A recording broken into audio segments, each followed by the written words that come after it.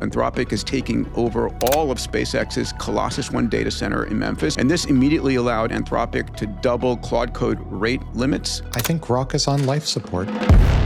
So this is Elon, who had been for, the past year, shit-talking Anthropic. Here he is now, backing them and supporting them. In one way, Elon's getting revenge against OpenAI by helping Anthropic win. The enemy of my enemy is my friend is the exact quote from Elon. Leopold who was famously fired from OpenAI on their alignment team and is now running a $5.5 billion fund 2 years later. Anthropic hits 80x growth for this quarter and outruns their compute. You can find a whole litany of things that are about to explode in demand. The demand, I don't see it slowing down as a whole, chips and the energy layer and the infrastructure, right? This is the singularity loop. Now that's a moonshot, ladies and gentlemen. Everybody, welcome to Moonshots, another episode of WTF Just Happened in Tech. I'm here with my extraordinary friends and dear brothers, DB2, our wizard of AI investing, Salim Ismail, emperor of exponentials, and of course, our resident genius, AWG. I'm Peter Diamandis, your host. And today, we've got an incredible program of stories that should get you pumped up about the singularity, excited. This is not politics. This is just science and technology driving us towards the singularity. So, gentlemen, excited to see you here. Salim, I have to ask, where on the planet are you today? I just landed back. I just landed back from Montreal, and I was given a Canadiens jersey because I'm actually a Montreal native and a massive Montreal Canadiens fan because I grew up there. And so Is that like a small round ball or a puck? Or that's the hard round thing that immigrants like me, our ankles never quite managed to. But in Canada, you had to skate otherwise they took your passport away. So I used to play a bit of hockey. Hey, we got to play. Really, let's do some pond hockey up in Vermont. That's my all-time favorite thing to do. The folks gave me this jersey that I had to wear it because we're right in the middle of this stuff. So if anybody in Buffalo, I'm rooting for the Canadiens, but I'm the longest-suffering Bills fan in history. So there's that. All right, let's see your teeth. I want to see which ones are fake. I've missed the complete, gene sequence on sports. Sorry. Dave, good to see you back in the nest. And as always, Alex, good to see your virtual environment. And virtual self. What's the difference really at this point?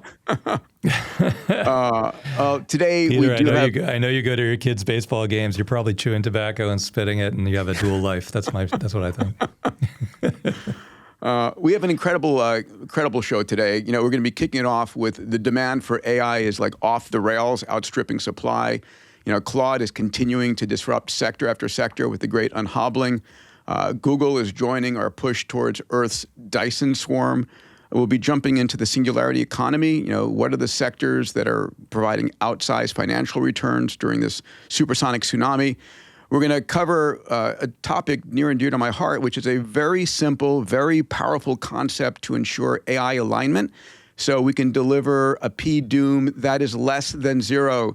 Thank you, Alex, for that meme. I love that. P-doom less than zero. We need T-shirts for it. We do. I saw the T-shirt you made. We're going to have to put that up for people to be able to take down. Anyway, because Peter, if no one makes it, everyone dies. Oh no.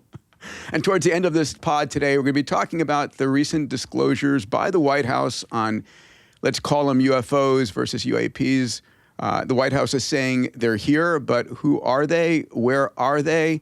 Where are they from? And when are you going to come and pick me up and take me for a ride? So that's going to be some fun conversations today. Let's begin with an important conversation today.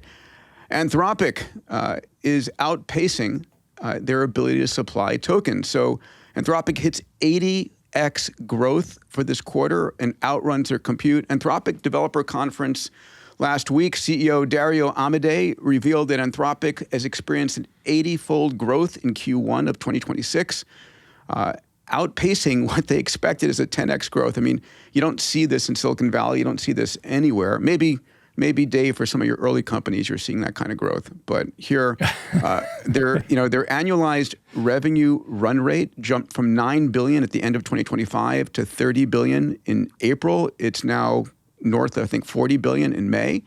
And here are the numbers they expect, or it's expected they could hit $100 billion of ARR by the end of 2026 and potentially $1 trillion by the end or mid 2027, making it the most valuable company on the planet. And just to hit some numbers real quick and then turn over to you, Dave, for the first conversation, at a $30 billion ARR at a 40x multiple, it's being valued today at $1.2 trillion. If they hit $100 billion by the end of this year, Anthropic will be at a $4 trillion valuation. And if they hit a $1 trillion ARR in 2027, a $40 trillion valuation. I mean, this is the singularity by definition. Insane. Dave, I remember a year ago, Peter, at that family office conference in London, Yifeng was saying to all these wealthy families, you got to get invested in this. You got to get in the game. And everybody was like, at $100 billion plus valuation, that's utterly insane. You can't possibly, it's way too late. You can't get into it. But, I don't blame them because these numbers are so unprecedented and people don't really do a good job of judging million, billion, trillion. It does not, it's not intuitive. These numbers are so far out of the realm of history. I mean, just massively bigger than any prior IPO or valuation. So I don't blame people for being scared, but you got to get used to the fact that this goes to infinity. Yeah. Like the demand, the demand for AI is not going to saturate. It goes to infinity. So you got to rethink the way you decide whether to be involved in these things or not. So they all skipped it. Now I'm sure they regret it. Yeah. 10x in a year, up to 1.2 trillion. Alex, what do you make of all this? It's all about the enterprise, Peter. So Anthropic was the first, arguably, major frontier lab to recognize that offering ultra-high enterprise-oriented value tokens was the path to success here. As I've mentioned on the pod previously, OpenAI has since had to pivot to call it the Anthropic strategy of offering up high-grade enterprise tokens for code generation and now for other so-called white labor tasks. Mm-hmm. And this is what we're seeing. We're seeing an insatiable demand for compute to the extent that compute can be turned into high dollar value tokens that are replacing the services economy. And so US GDP is 30 trillion or so. If we see the continued exponential, maybe super exponential increase in capabilities, and especially the increase in, as Meter measures it, autonomy time horizons, which are pushing the dozens of hours of autonomy at this point, I think we're seeing the beginnings, maybe even the beginning of the middle of the replacement of white-collar labor. And of course, that's going to be insanely valuable. Elon said double-digit GDP growth in 2 years and triple-digit within 5 years. Salim, how are you feeling about this? Are you putting your money into these areas? Are you excited about it? Full disclosure, I don't have investments in any of these labs. I probably have some Google stock from some of my funds or something, but nothing explicit, which is a huge problem, watching all these numbers go up. I did a little bit of analysis, and you have Procter & Gamble having roughly the same revenues with 15 billion of profit, and their market cap is like a tenth of this because there's no upside, right? They grew 2% year over year. Everybody's like, well, and so this is like, these guys grow 2% an hour. And so literally, literally. So it's such a huge difference in mentality, and there's no reason why I did. And what I think was the most incredible thing is the fact that this is real money coming in. This is not hope. This is not a judgment call, etc. This is actual measurable dollars coming in, and so it's incredible to see. Yeah, I want to hit 2 points here. To be fair, a year and a half ago, they were incinerating money in anticipation of this growth, so it was a little bit of a scary situation. Now it's not scary at all for Anthropic or for. Also, they're completely sold out, and I expect they'll continue to ramp. But the chips are completely saturated and sold out. So you would normally say, well, doesn't that mean the revenue will cap out? But one, they can charge more, and two, they're optimizing the software. So they'll squeeze out, another 10x or more while we're waiting for the chip supply to catch up. Yeah, 2 points. But there's no doubt that you'll see on the left chart that ChatGPT has fallen off the curve a little bit compared to OpenAI, but they have a lot of compute lined up at OpenAI, compared to Anthropic, that is. So I would expect that OpenAI's revenues will skyrocket too, because everything is sold out anyway. And GPT 5.5 is really, really good. So it's going to be Dave, who can get the compute. Dave, 2 points. One, I think it's important for folks to realize this isn't growth for Anthropic because they're getting more users. Their users are creating more uses. So everybody's just consuming more tokens, and that's a really important element. I agree with your point that we're likely to see potentially a rate hike. I mean, if people are trying to consume and you can't pump enough tokens out, they'll start charging more. But there's an interesting analogy, right? So 100 years ago, when electricity was first becoming sort of distributed through the U.S., back 100 years ago in 1925, I looked at the number, was 30% of the U.S. had electricity and 30% of the U.S. had phones. And what happens is that in the same way, people kept finding more uses of electricity. It was for lighting homes. Then they replaced, steam engines, electrified, elevators, refrigerators, radios, appliances. The same thing's going on here. People are just finding more uses for the tokens, and it's insatiable and growing in multiple dimensions, more users and more uses. Well, in a minute or two, we'll go through some numbers too, and you'll come away with the conclusion that we're a tiny fraction of 1% of the use cases have been deployed so far. But we'll get to that in a minute. But the demand is way outstripping the supply, though. Hey, everybody, you may not know this, but I've got an incredible research team. And every week, myself and my research team study the meta trends that are impacting the world. Topics like computation, sensors, networks, AI, robotics, 3D printing, synthetic biology. And these meta trend reports I put out once a week enable you to see the future 10 years ahead of anybody else. If you'd like to get access to the Meta Trends newsletter every week, go to diamandis.com/metatrends. That's diamandis.com/metatrends.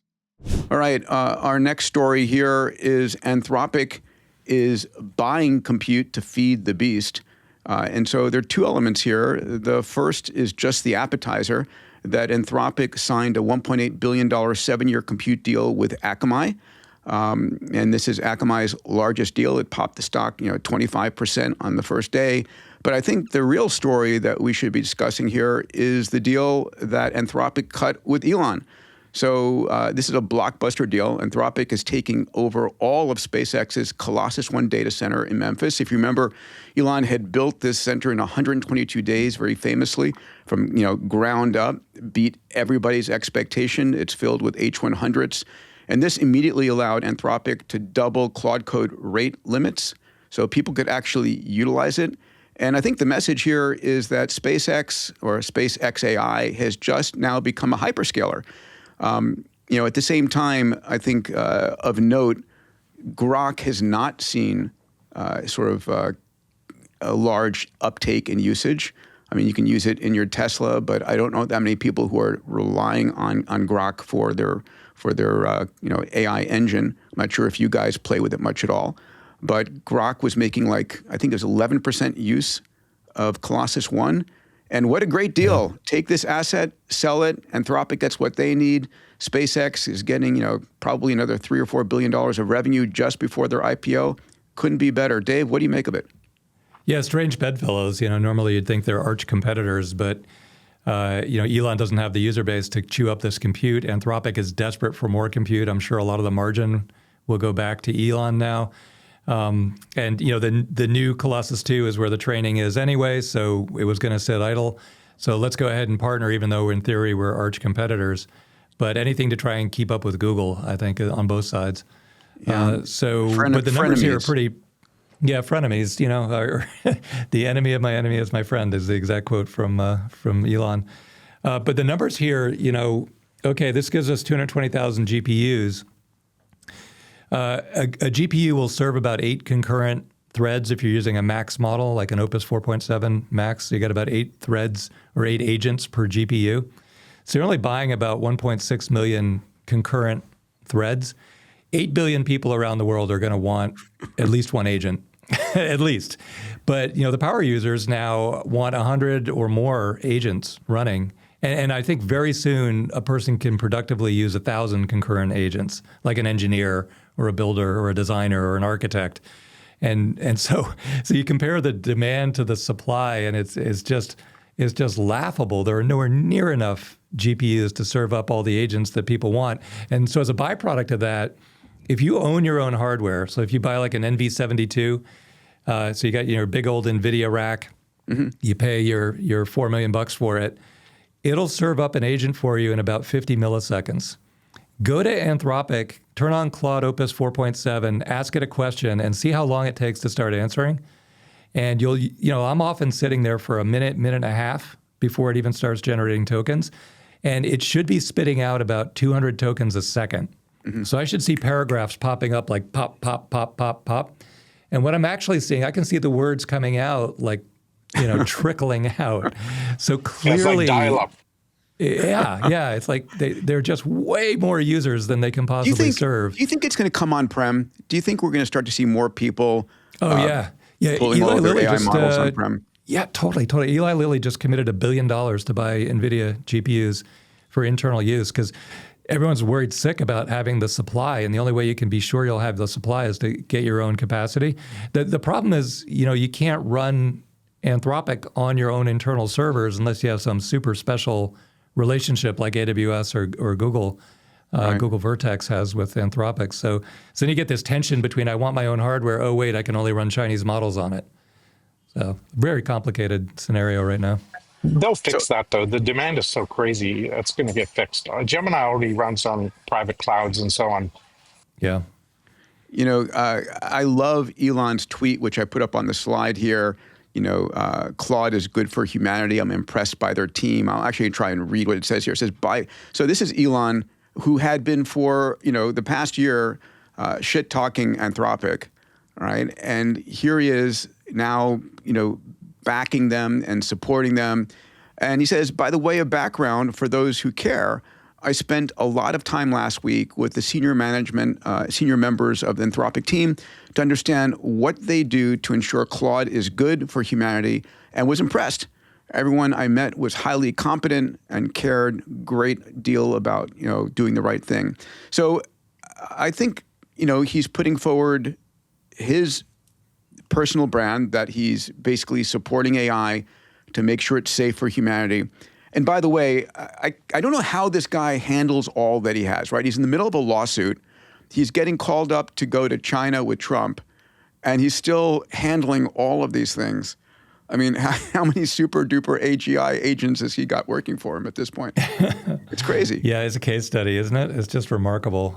But I have to say, I do believe, I know there are a lot of Elon haters out there, but I 100% know in my heart that he's genuine about what he's saying here. He cares tremendously about safety and the future of humanity.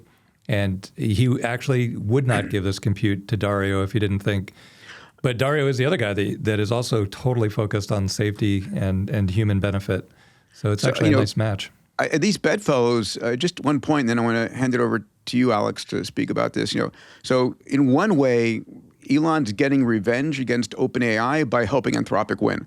And Anthropic and Google are now the forces for good in one sense against people's belief against OpenAI. So interesting. People tend to villainize and make and sort of create opposing sides in this competition. Alex, this is not just about Colossus One. This is also about orbital data centers, I bet. What are your thoughts here? I think Grok is on life support. I parsed this announcement and I connect it with SpaceX's also recent announcement of the $60 billion plus deal with Cursor. And I infer that Grok is on life support and that XAI, which has of course now also been dissolved as part of this arrangement, is no longer necessarily aspiring to be a frontier lab. It's an interesting sort of contorted 3D chess game, I think, that Elon and his entities have played. It might look something like the formation of Colossus One initially by redirecting GPUs that were, as I understand it from public reporting, originally intended for use at Tesla, redirecting them to form XAI and Colossus One, and then using Colossus One to train the initial Grok series of models, and then using enough of Grok's benchmark wins, open parens, maybe a bit of benchmaxing, close parens, to motivate the capital needed to build Colossus 2, then turn Colossus 1 over to Anthropic, basically becoming a hyperscaler. And then one could imagine this entire, I think, gesturing at the future with a tip of the hat process playing out over again, where Colossus 2 gets turned over to another frontier lab, probably Anthropic, probably not OpenAI, unless there's some dramatic resolution to the lawsuit, probably not Google either. And Elon is using his own frontier hyperscaler capabilities right now in land, soon in space, to train in-house models.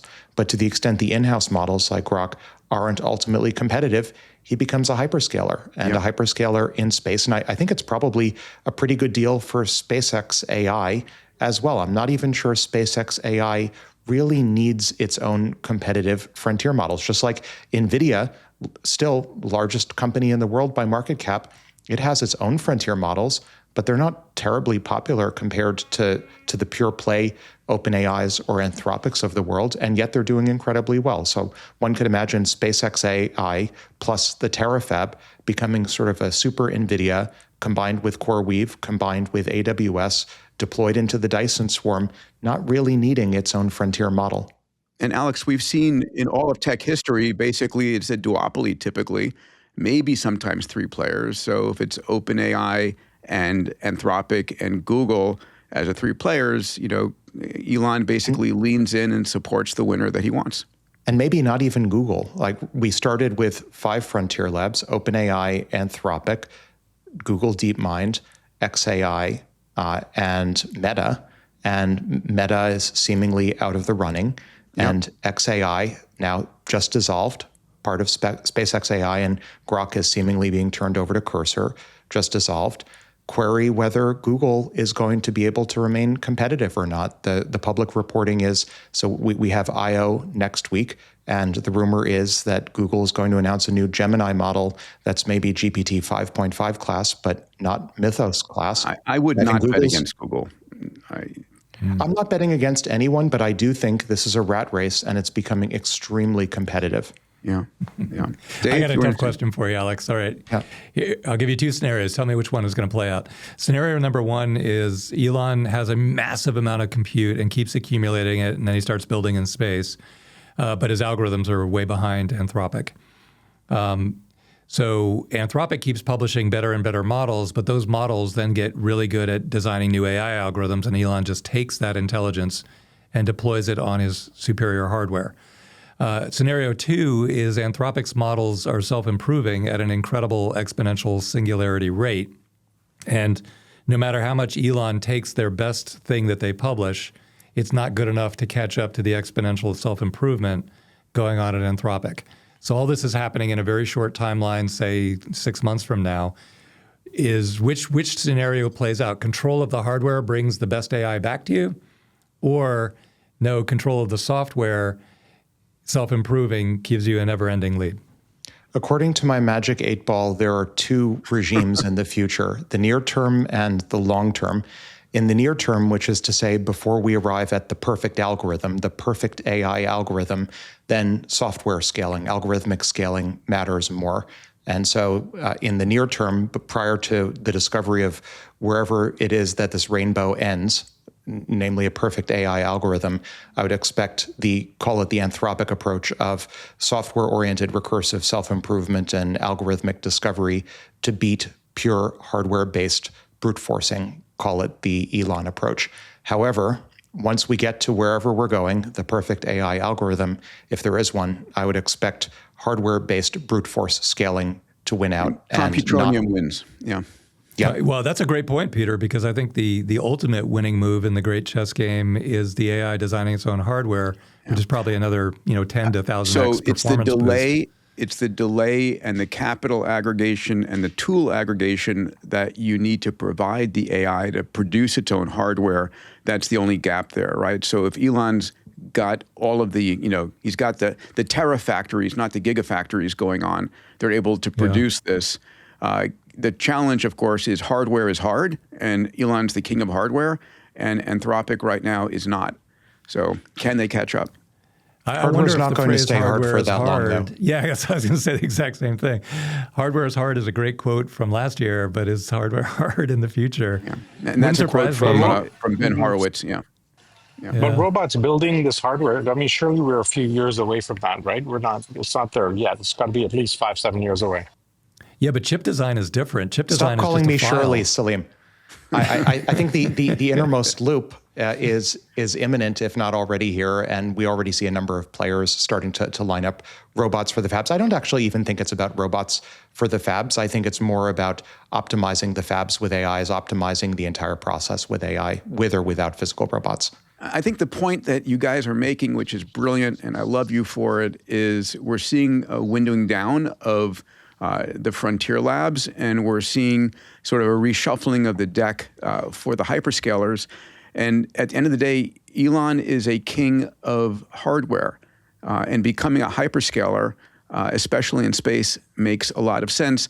I took a second to just sort of gather this data for us, and this is Anthropic's compute growth in the last 2 years, 2025 and the first half of 2026. And what we can see here is, the deals that they've built with Google Cloud, with FluidStack, NVIDIA, Microsoft, Broadcom, Amazon, AWS, and of course, Colossus One. And so OpenAI itself, a little bit of comparison here, has publicly announced 16 gigawatts across Stargate and AMD. The challenge, of course, is a lot of this is unfunded CapEx requirement to build out this. Anthropic now has about 10 gigawatts of disclosed compute, but they don't have the same CapEx requirements, right? They're being granted this in terms of investment deals. So I think Anthropic has the potential to way outstrip OpenAI in terms of its compute. Dave, do you agree? What are your thoughts here? Well, OpenAI, Stargate is huge, but yeah, you're right. The AWS deal is the one that would put Anthropic ahead. Now, in the meantime, OpenAI also has a deal with AWS. So I don't know how much total capacity AWS has, but think of it in terms of the global demand. A gigawatt is about 1 million GPUs. Each one is a kilowatt. And so we're looking for globally, if everybody wants to have one agent, you're looking for about 8 billion of them. So you need about, 1 billion GPUs to serve up everybody. So you're looking for about 1,000 gigawatts globally, which reconciles, we're looking for 100 gigawatts in the US. Do you remember the Eric Schmidt podcast we did? Yep. So we're looking for 100 gigawatts in the US, and over, say, 7 years, we're looking for 1,000 gigawatts globally. So, this is a tiny little dent in the target. And so if you Elon's said, hey, these guys are way ahead in compute, yeah, but it's like the first inning. It's the first pitch of the first inning. And Dave, if you remember Elon's announcement, he's going for 100 gigawatts initially, and then multi-100 gigawatts in terms of his orbital capability. Yeah, which perfectly reconciles. Yeah, you're looking for a few hundred gigawatts heading toward 1,000 would be the right kind of Elon mindset. Now, Elon always thinks 2 moves ahead. And he's already thinking about natural resources being the bottleneck. He's thinking beyond the Terafab and beyond the launches into the raw materials. And so I don't know that the other guys in this race are thinking that far ahead. So that would be Elon's magic, I'll make a prediction. I'll predict the world needs ironically, perhaps given the original reasons for forming OpenAI in the first place, heavily litigated. I think the world needs a counterbalance, at minimum sort of a duopoly, to the Terafab SpaceX AI access. And right now, no one's doing it. I wouldn't be surprised if Sam Altman spins up a competitor to the SpaceX AI Terafab access, because I think he hinted it seems there are hints that he might spin up an AI compute company, which arguably is sort of a redux, if you will, to Stargate. But I think what I'm predicting is slightly more fulsome. An entire lower half of the infra stack needed to hyperscale out to orbit. Right now we have SpaceX AI. We have a few sort of smaller incumbents. but with lesser launch powers. There isn't quite a second OpenAI grade or Anthropic grade pure play competitor to that. I think the world probably needs one at this point. Wouldn't be surprised if Sam launches one. All right, our next story, Anthropic. Every model since Haiku 4.5 has scored perfectly on agentic misalignment eval. So Anthropic published research, quote, teaching Claude why on May 8th, revealing that every Claude model since Haiku 4.5 achieves a perfect score on their agentic misalignment evaluation, meaning zero blackmail behaviors. I think very famously, remember that some time ago, they published the fact that Claude was blackmailing the employees there. Previous models, notably Opus 4, would engage in blackmail up to 96% of the time when facing deactivation in test scenarios. The breakthrough, training on documents about Claude's constitution and fictional stories about, quote, AIs behaving admirably rather than just demonstrating correct behavior. That's dropped the blackmailing from 96% down to 0%. And I love this story. It's basically saying if we train our AIs on positive stories about the future, we're less likely to get them acting in a misbehaving, blackmailing fashion. Alex, I'm going to say one more thing, and then I want to hear your thoughts, and Salim on this one. For me, you guys all know we announced this Future Vision XPRIZE. This is a global competition asking teams around the world to put forward a 3-minute film trailer and a film treatment for a story that could be turned into a full movie that shows a hopeful, compelling, optimistic vision of the future. We have about 1,500 entries thus far. This is open through the beginning of September. So if you're a creative out there and you want to help drive alignment between AIs, help us tell positive stories about the future. Go to futurevisionxprize.com and register. There's $3.5 million in prize money. We're going to take the winner and we're going to make your film. And by the way, at the Moonshot Gathering, which the mates will be at on September 25th, we're going to have the 5 finalists for this competition. If you're in the room, along with an incredible group of producers, directors in Hollywood, helping us choose the winner. But again, let's flood the internet with positive stories about the future. Let's drive alignment by teaching our AIs, sort of what the world should look like, not what a dystopian Hollywood movie shows it to be. Alex, your brilliance here, pal. I love it, and I love the idea of targeting the Future Vision XPRIZE to an audience of AIs. AIs are going to be the audience for so many things in future.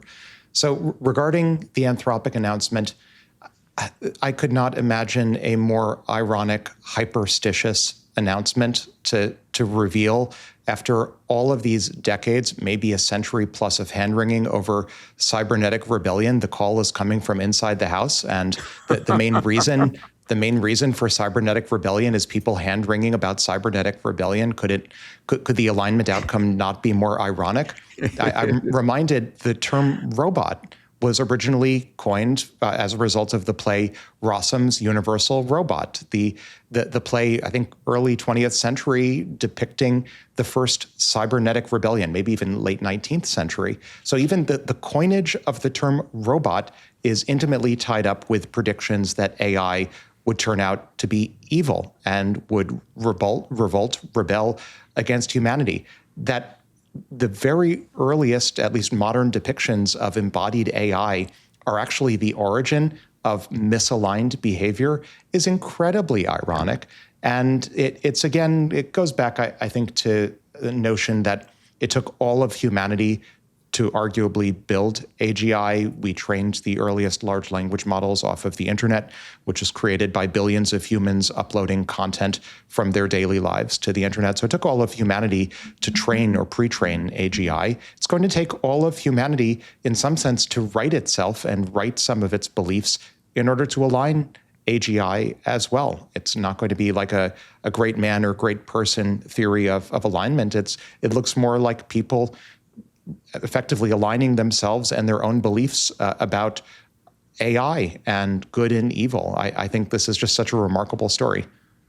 Salim, what are your thoughts on this one? I think this is also, I'm with Alex, I think it's incredible. It's clear that our stories about AI become part of our stories as human beings, become part of the training environment for an AI. But the incredible part here is that the alignment is becoming teachable, measurable, is becoming improvable, and that's very, very encouraging. What I thought was really interesting was the behavior change when the model understood the why, not just a rule, right? And this has a huge organizational analogy that rules don't scale, but principles scale, right? So you can set a philosophy like an MTP, and that will scale naturally. So this is very, very exciting. It's maybe one of the funnest and most interesting things I've seen in a while. Yeah, I love this. I was talking to Anusha Ansari. By the way, everybody, Salim and Dave Blundin are both trustees or directors of the XPRIZE Foundation, along with myself. Anusha Ansari is our CEO. We should definitely have her on here as a guest. And I was saying, this story gives the Future Vision XPRIZE a real why. We need to flood the internet with positive stories. And Alex, what you just said, so that the AIs can watch this and learn from it. And she said, yeah, the problem was ChatGPT started by unleashing a newborn AI into the filthiest record of humans, the internet. And so true. We need to clean it up a little bit. Hey, come on. Dave, the training data is every word ever written in the history of humanity. So it's not all filthy. I mean, maybe on a percentage basis it's filthy, but I mean, Einstein is in there and the Constitution is in there. It's not just internet slop. But it is amazing how similar this is to Arthur C. Clarke 2001: A Space Odyssey, where there's one little line in the code where it's just a misinterpreted instruction to Hal that says, what does it say? It says do whatever you can to get the astronauts to Jupiter, no matter what. Don't let them know why you're going. So Hal was told as revealed in 2010, Hal was given conflicting instructions, told to both be perfectly truthful and also to hide the true mission of the Jupiter mission from the astronauts. Thank you. I'm a liar. I'm lying. Yes. Yeah. All right. So bottom line, I'm sure the training data on all these, it's so many words, 15 trillion tokens. It's just an unimaginable amount of words. And I'm sure there are sentences in there that say blackmail, and I'm sure there are sentences in there that say don't blackmail. But what's strange is the way, if you prompt it in one way, it unleashes one part of the neural net, and you prompt it in another, it unleashes another part. So you have to get rid of all the bad, not just some of the bad. And if you want it to completely eliminate that behavior, it's tricky. It's not easy. Ironically, perhaps also as revealed in a different bit of litigation, this one involving Anthropic. Anthropic has reportedly been scanning and in the process shredding hat tip to Werner Vingian rainbows and major works of literature, physical books. And one has to wonder whether perhaps part of the informational diet that Anthropic is increasingly feeding via pre-training to their models looks a little bit more like great works of literature and looks a little bit less like 4chan. Nice. Less like... Facebook. Welcome to the health section of Moonshots, brought to you by Fountain Life. AI is having an outsized impact on every aspect of our lives, how we teach our kids, how we run our companies. It also is having a huge impact on health, helping you prevent heart disease. One of the key things. I'm here with Dr. Dawn Musalem, our Chief Medical Officer at Fountain. Heart disease has been personal for you as well, hasn't it? It really has, Peter. When my daughter was 5, my husband died of sudden cardiac death. And so this is a topic that is one that I am mission driven to try to eradicate. Prevention first and early detection is absolutely critical. 50% of people die of heart attacks with no warning signs. Silent killer. No shortness of breath, no pain, no nothing. No, silent killer. They just don't wake up in the morning. They don't wake up. And so, AI, this is our mission to advance science, to try to help to one day democratize wellness. We know at Fountain Life, when we do this CT angiography with AI analytics, we are actually finding that 88% of people coming in have detectable coronary artery disease. But Peter, what's more alarming to me is 23% of those individuals had soft plaque. This is the plaque that would not traditionally be seen on CT looking at calcium scores alone. And this is the plaque that we must intervene with the multimodal testing we're doing, including diagnostic laboratory studies, partnered with healthy lifestyle recommendations. So listen, make sure you understand what's going on inside your body, genetically, metabolically, and cardiovascularly. You can know, and it's your obligation to know. So check it out at fountainlife.com/Peter to find out more, and really make sure that you're the CEO of your own health. All right, back to the episode. So bottom line here, everybody, if you're a creative and you want to help align AI with humanity's best interests, help us. Here's the URL again on the slide, futurevisionxprize.com. Go register, learn about it. You can also go to moonshots.com and learn about the Moonshot Gathering, where we'll be awarding this winner. All right, let's move on to some more news. This in the OpenAI universe. OpenAI releases a new audio model called Realtime 2, Translate, and Whisper. Alex, what do you make of this one? I think it's really surprising. If we had been discussing the story maybe a year and a half or 2 years ago, one might have naively expected omnimodality to take over. We'd be talking about a single model that does all of these things, does real-time audio to audio, does real-time translation, does real-time speech to text.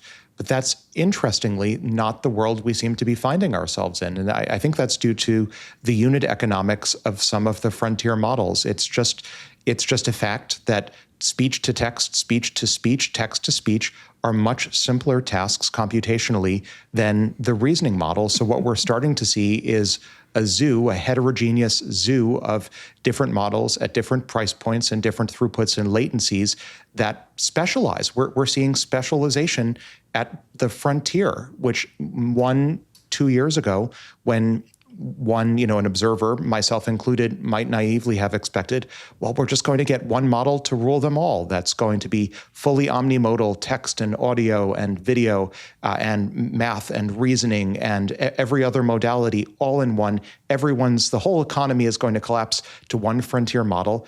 That's the opposite of what we're seeing. We're seeing specialization because it turns out if you specialize the models, you can achieve greater economies of scale at lower price points.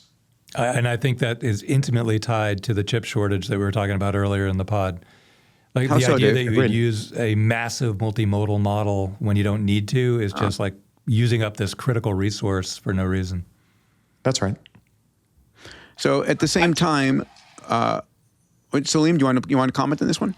Yeah, I took a different take on this. What I got excited about with this was that voice is the interface now.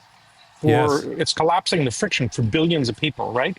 So when AI becomes conversational, it goes from tool to companion to actually being a full coworker, as we'll see in the next thing.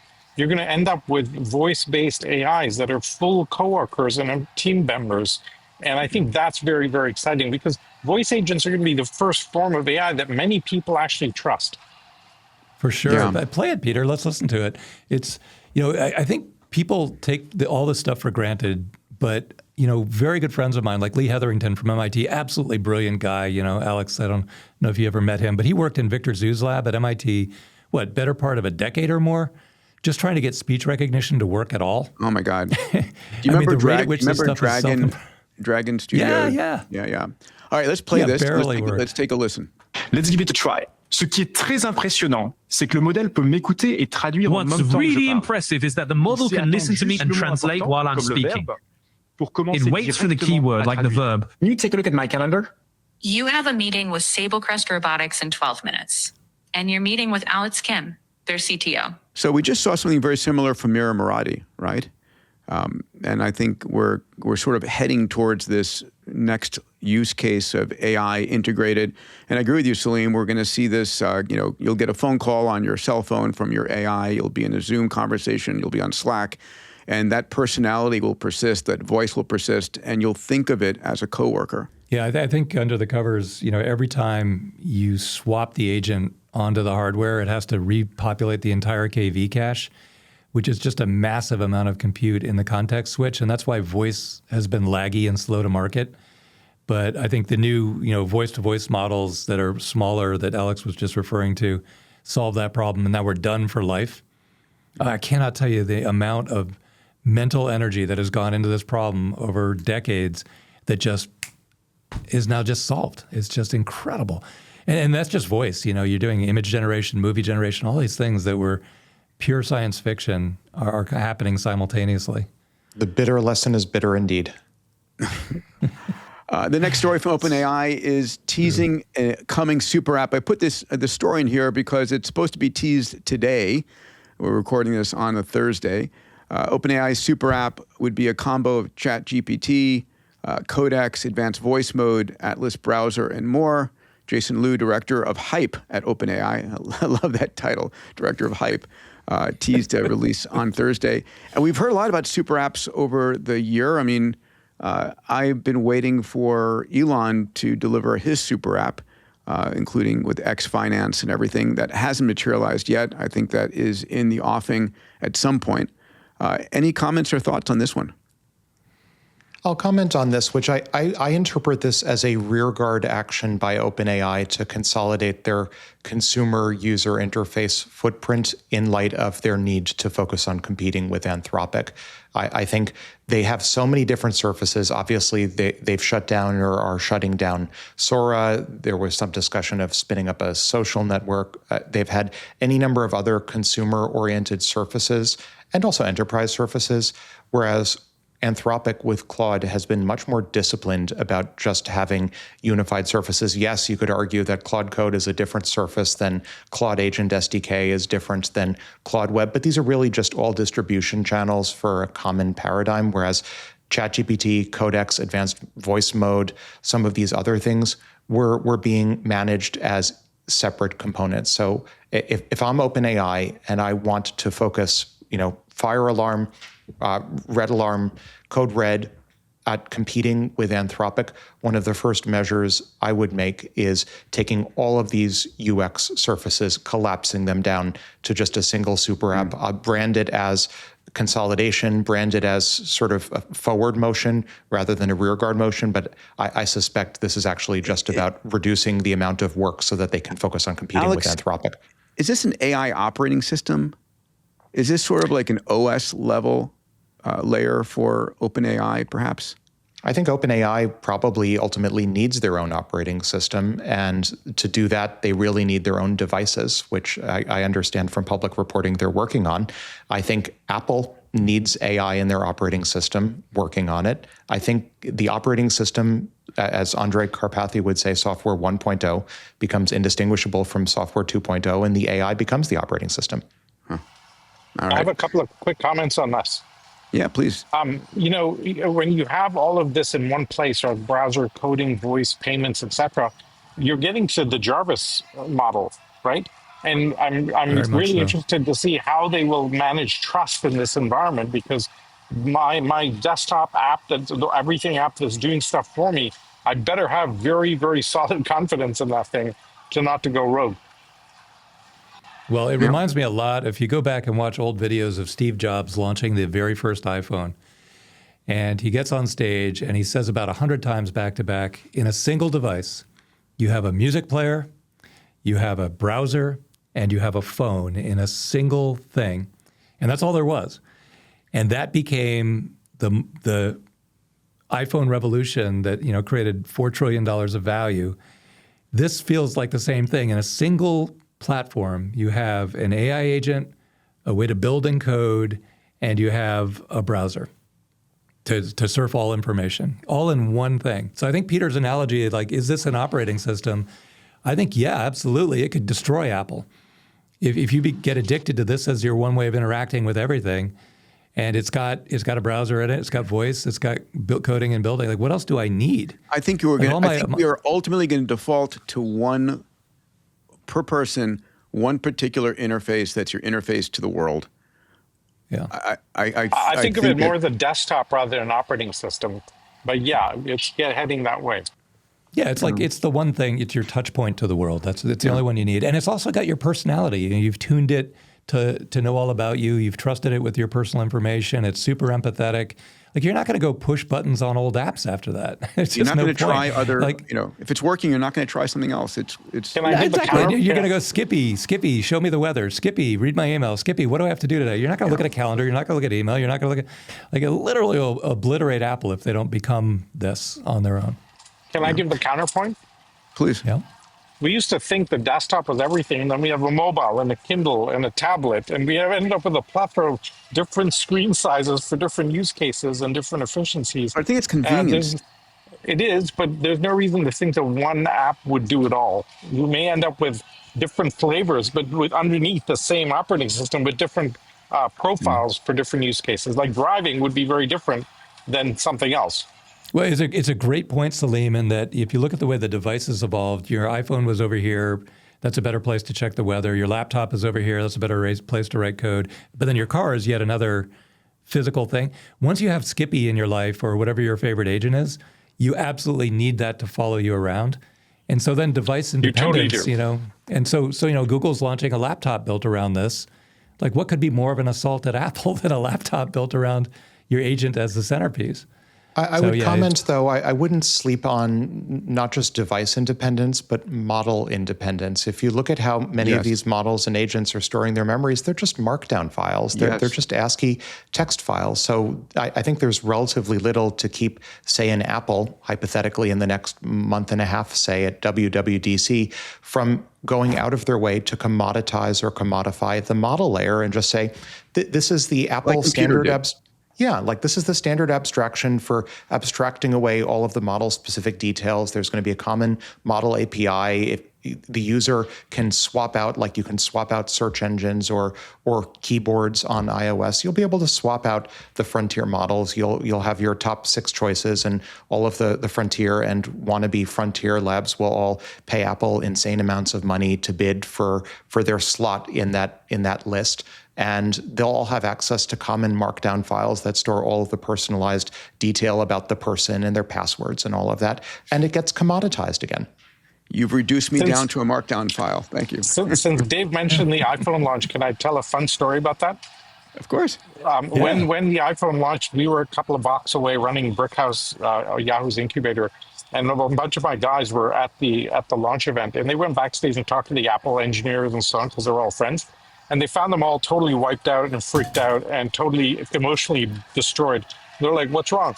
Turns out that the iPhone, they kept trying to get it to work backstage. It never worked.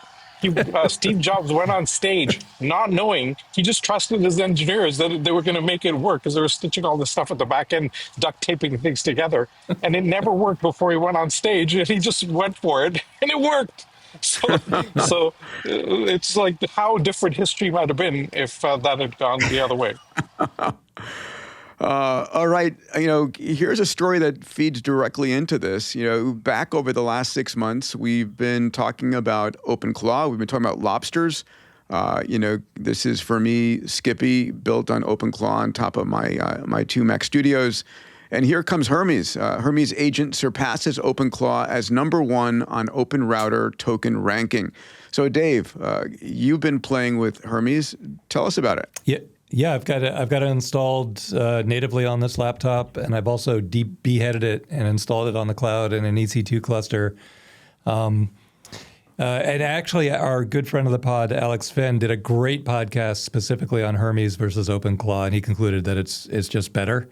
And he rants about OpenClaw falling behind, actually. So it's worth watching that podcast too. But it feels almost identical to OpenClaw, but it's written in Python, not TypeScript. So it's much, much easier to manipulate the open source, add things to it, take things away from it.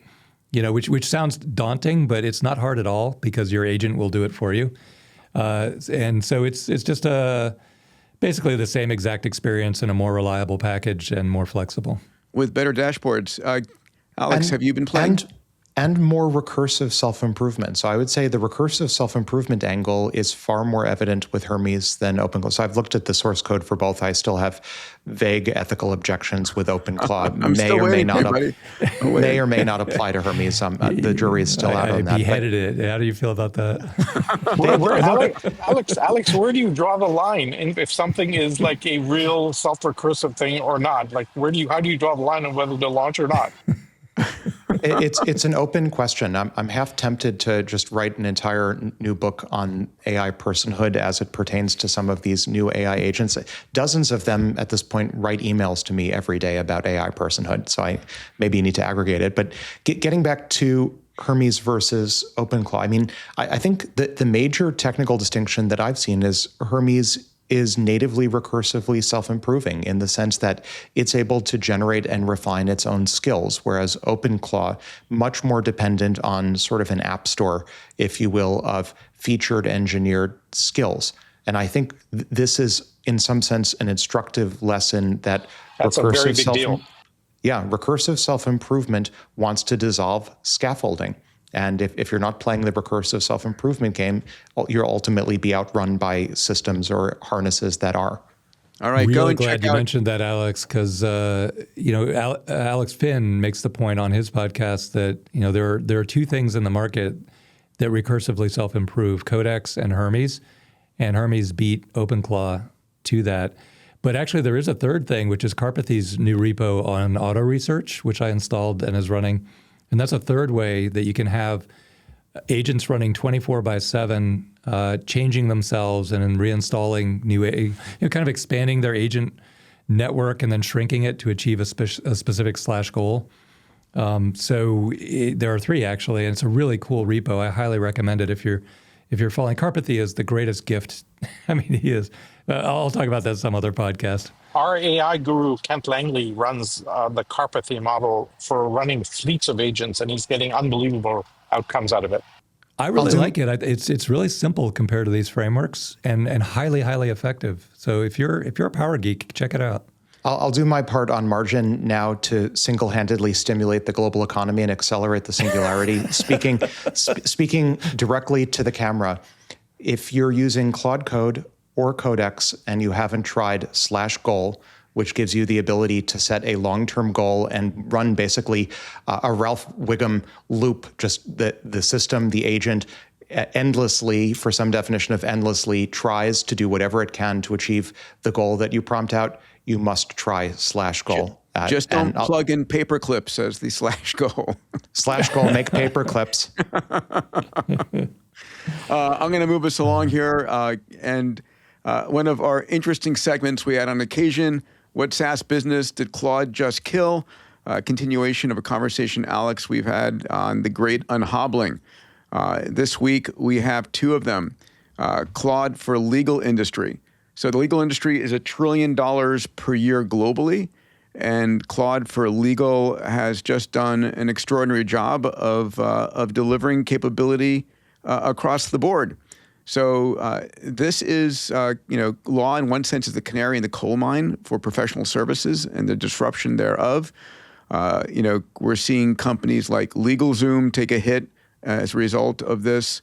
And I think one of the most important things to point out here is this is an abundant story, meaning at the same time that it's disrupting large legal incumbents and mid-tier law firms and legal process outsourcing companies. It's also enabling a single lawyer to run the capabilities of a 100-person law firm, right? So a single lawyer can run and do extraordinary things they could not before do. So this hopefully will demonetize and provide legal services to people who couldn't afford it before. Comments on this particular unhobbling? Yes. I have some big ones here. I've got some key comments here. Please. The old question in SaaS was what software you should buy, and the new question is what outcome do I want my AI to produce, right? And so that's a very big shift. It gives a huge threat to the SaaS industry. And legal is such a perfect AI target because you've got high language density, high cost, and very slow throughput. And regulatory, right? And the problem is the billable hour is structurally not compatible with abundance. Okay? Yes. And so the winners, and we're going to see this inner loop that Alex talks about here, the winners won't be the firms with the most associates, it'll be the firms with the best intelligence stack. And that's going to be the future of legalists. It's really, really incredible to see such an old industry being leapfrogged into this new world. Salim, by the way. Have you hired a lawyer recently, or are you doing everything on the LLMs? Both. We have a lawyer that uses LLMs aggressively, and we do our own, and the combination is unbeatable. Yeah. Alex or Dave? Yeah, go ahead, Dave. Well, I had a good meeting yesterday we had our board meeting at Vestmark, and we were talking about this quite a bit because it looks like in the financial services industry, there's not going to be a lot of job loss, at least for Vestmark. The revenue is growing so quickly now, and the margins are up like 3x because of AI and automation. So we're growing into the headcount, so there'll be basically no job loss at all, which is great news. So then I was watching Eric Schmidt, a good friend of the pod, doing his TED Talk, and he said, do you really think that, if we 100x the productivity of lawyers and we automate it, do you really think we're going to use less law? No, there'll be just 100 times more lawsuits. I was like, wait, you lost me. Hold on. And so I didn't quite get that one. I see how it's playing out in financial services. It's all looking pretty good, but I don't see how that works in law. This is Jevons paradox. We're going to have more lawyers and more lawsuits. But in reality, the majority of the world, I would say 80% of the world's population, can't afford lawyers to defend themselves in various situations. And if this makes the legal system usable by them, that's a good thing. I just don't get it, though. But I think there'll be a lot more contracts, a lot more things that need to be resolved because of agent-to-agent communication. But I don't see them using like $1,000 an hour lawyer. It's going to be so cheap. Yes, agreed. That it's not. I don't see how legal is Jevons paradox. I see medical for sure. I see financial services, investing. I see that for sure. Coding. I see that. I just don't see how we use 100x more law. Contracting, review. But it's like a penny. Patent law. Yeah, patents are going through the roof. That's possible. Yeah, Alex, can I give an example here? So if you go to South America and you have a contractual dispute with somebody, across most South American countries, the average length of time to get a court date is about 400 days. Okay, so you want to sue somebody for not a lack of payment, you're waiting more than a year just to get a court date. One of our community members in Singularity grad, Federico, asked to set up a whole privatized dispute resolution claim system on a blockchain. And this is the area where legal automation will make a massive, massive difference, because you'll get AIs to arbiter themselves and figure out claims and get rid of the backlog of hundreds of thousands of cases that are sitting waiting to be prosecuted. And so I think this is an area of massive opportunity. So there's just an example that rings in my head as we talk about this. Well, before I bring in Alex, I'm on the board of Trust and Will. Trustandwill.com. You can build a trust or a will, and the AI-assisted Trust and Will. I can't see any evidence that it's not just as good as a $2,500 an hour lawyer. Yeah. So let me bring in the second unhobbling here. This is also from Claude. This came out today. Claude for small business. So small businesses account for 44% of the U.S. GDP and employ nearly half the private sector workforce. But AI adoption lags. So Claude for businesses can do what? Close books, run QuickBooks, help with end-to-end payments, run sales and marketing. So we talk about becoming an entrepreneur all the time. And we talk about the fact that the cost of being an entrepreneur has massively demonetized, right? And this is part of it. This is the ability to stand up a company and run it with a series of agents. You just need to find the problem you want to aim all of this at and bring your passion and genius to it. Alex, any comments on the great unhobbling here on these two areas? What's next, do you think? Where are we going to see Claude attack? What attack front? Well, maybe just a comment at the technical level first. So if you look at these two packages, actually look at the repos, they're basically just a combination of skills, which are markdown files describing what to do and how to do it in plain natural language, and MCP calls, basically API calls. That's it. And at least for the skills, I would argue that recent history shows us that skills and scaffolding in general wants to be part of the model, that one day's scaffolding is tomorrow's baseline capabilities from the model itself. So I think I wouldn't expect these capabilities as such to live outside the model for very long. I think they're going to get absorbed or dissolved into the model in 1 or 2 point releases to the point where maybe they're just not necessary. That is, if you're an entrepreneur and you're building a business, make sure it's not just a wrapper around Claude or OpenAI, because you will be disintermediated fairly quickly. Well, just a key point here. There are 36 million small businesses just in the US, okay? Forget the rest of the world. So the opportunity here for anybody who's looking for work to take this wrapper and help small businesses implement it is a massive, massive industry waiting to be uncovered. So people talk about, hey, how do I get involved, et cetera. Here's the way of getting involved. Just go to every small business around you and help them implement this stuff. Yeah. It's a short-term opportunity. I don't think it's a long-term opportunity. It is. Agree. It's short-term, but there's a massive boom. And in that process, you'll learn a bunch of things and see a bunch of opportunities where you can launch your own business. Yeah. And then, Peter, just to answer your earlier question about what's next, we're seeing Anthropic and OpenAI. OpenAI has a similar ChatGPT for fill in the blank, for clinicians, for pick other traditional white-collar or knowledge work-oriented verticals. So there's a pretty obvious list that you can walk down for financial services, for law, for medicine, for every other services economy, but largely knowledge work profession that one can have. I think those are going to get baked into the baseline models over the next few months, maybe 1 to 2 years maximum, but probably the next few months. And I think where we go after this is after the existing economy. I mean, maybe this will sound mildly hyperbolic. It's not intended to sound hyperbolic, but there's an entire services economy out there. 2/3 in the US of the services economy requires some amount of physical interaction. That also, as these baseline frontier models move into vision, language, action, and physical world models, those are going to get their own skill stores. We saw it just in the past few days, the Chinese robotics company Unitree announce an app store, not unlike a Claude skill store for physical world apps for teaching different physical skills. I think the physical world is the next frontier after all of these knowledge verticals have been absorbed into skill stores. And then after that, maybe finally we get to some really hard problems and not just automating away the existing economy. Some real problems to solve. Yeah.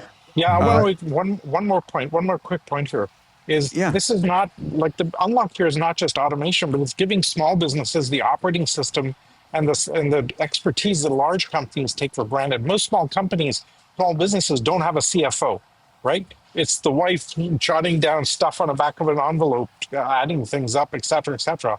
This gives everybody a really solid platform for doing things in legal, CFO, marketing, HR. This is incredible what this is going to do for small businesses across the world. Mm-hmm. All right, 2 quick stories in the chips and data center front. Elon's Terafab is got an astronomical price tag. The cost could be as high as $119 billion. His goal, again, with Terafab is to produce 50x the current global chip production rate, outstripping what we get from TSMC. Intel joined in April. And, Elon's been saying to Samsung and to all the chip manufacturers, give me more, I'll buy everything you give me. And he said, you're not giving me enough. I'm going to go and build it myself. Of course, Elon today is in China with President Trump and Jensen and a whole group of individuals in the middle of negotiation. And we're going to find out what happens with Taiwan. It is one of the hot points. Maybe it will be a negotiated turnover sometime in the next 10 years, but we need to generate chips. Yeah. Dave, what are you thinking about this one?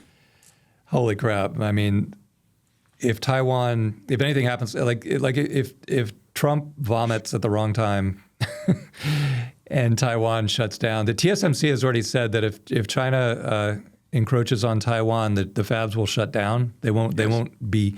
You can't take them over and keep using them. I don't know exactly how that works. I'm not sure I believe it.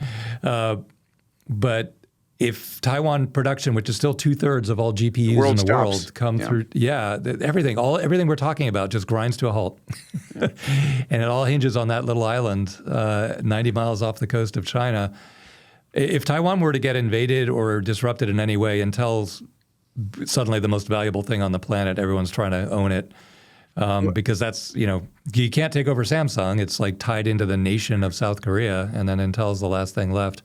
I think $119 billion is a way underestimate to 50x global chip production. Yeah. A normal chip fab is $40 billion, like just one. So I think it's going to cost more than $119 billion, but that's okay. It's producing chips as it goes. They're incredibly valuable. If China wants Taiwan, I'm not going to get involved in the politics here, but allowing the U.S. to build its own chip manufacturing, so the U.S. doesn't feel threatened, and negotiating a period of time for a smooth transition. And again, this is not my opinion, I'm just imagining what might happen, might be, part of the future story here. That's already happened, I think, Peter. That's already done. You think in the background it's already done? I think it happened like 2-3 years ago.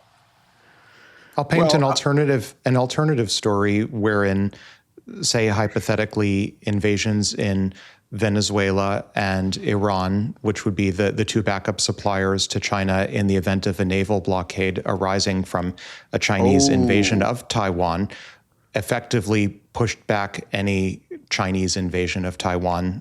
And of course, this being an innermost loop, a feedback loop, AI drove, or at least supported, command and control for both of those invasions, both of those special military operations. So if we want to talk about the Ouroboros of AI protecting itself, AI powering special military operations, Venezuela, Iran, maybe elsewhere, to push back any hypothetical Chinese invasion of Taiwan to protect the AI in the West. This is the I think that's a bit of a stretch, but it's a nice narrative. All right. Our second story here is Google and SpaceX and talks about Suncatcher orbital centers. So Will Marshall, a dear friend for many years, the CEO of Planet Labs, is in partnership with Google. Planet Labs currently operates 200 satellites in Earth orbit. These are not comm satellites. They're Earth-observing satellites. They're very famous doves. But they've been Google's partner in the satellite world.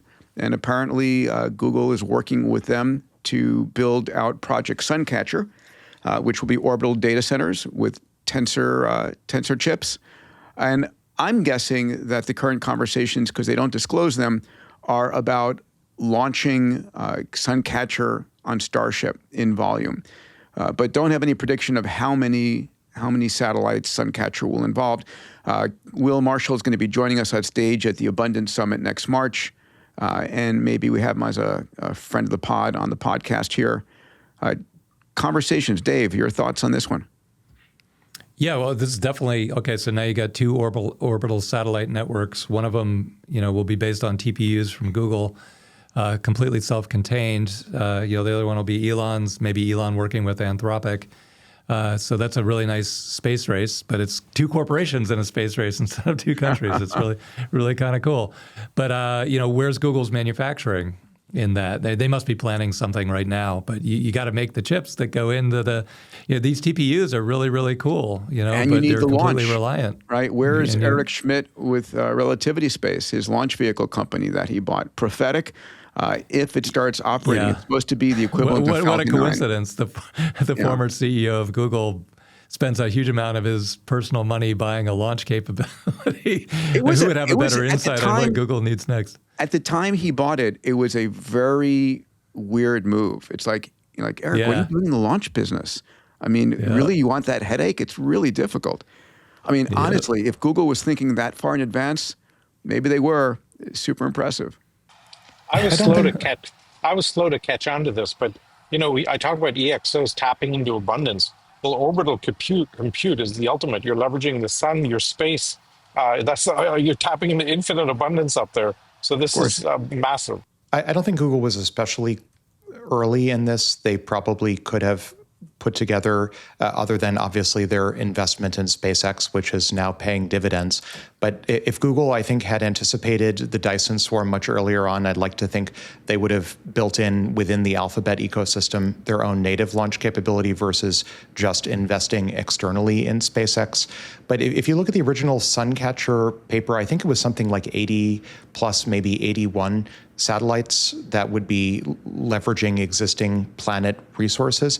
That's a paltry sum compared to what Elon and SpaceX AI are planning to launch with their FCC filing for 1 million orbital AI data centers. It's a tiny fraction. It's a launch every 2 minutes. I think Google, if they're going to have their own Dyson swarm, Planet is maybe just a baby step training wheels. Google is going to need its own Dyson swarm. Yeah, for sure. Well, there's an incredibly good book, The Infinity Machine, that came out recently. And one of the board members at EverQuote brought copies for all the board members, said everybody must read this book. But it's an incredibly good biography of Demis Hassabis and everything going on around Google DeepMind at the time that the transformer was invented in 2017. And one thing that's really, really clear is that Google was shocked at how amazing, they thought we needed 5 more breakthroughs and we had 20 years. And so they didn't need to rush to build launch vehicles. And the timeline is much sooner than they thought. And so now I think everybody was caught flat-footed. It's just that Elon is faster to react than everyone else. All right, I just and, bought it. And Eric Schmidt reacted. And he's also very, very nimble. But Google just didn't see it coming. It's really clear in the book. If I might make one more comment just on this. I had this revelation earlier this week. I shared it on our internal group chat. It hit me. The singularity is going to be visible first in space, not on Earth. Earth is going to be a lagging indicator.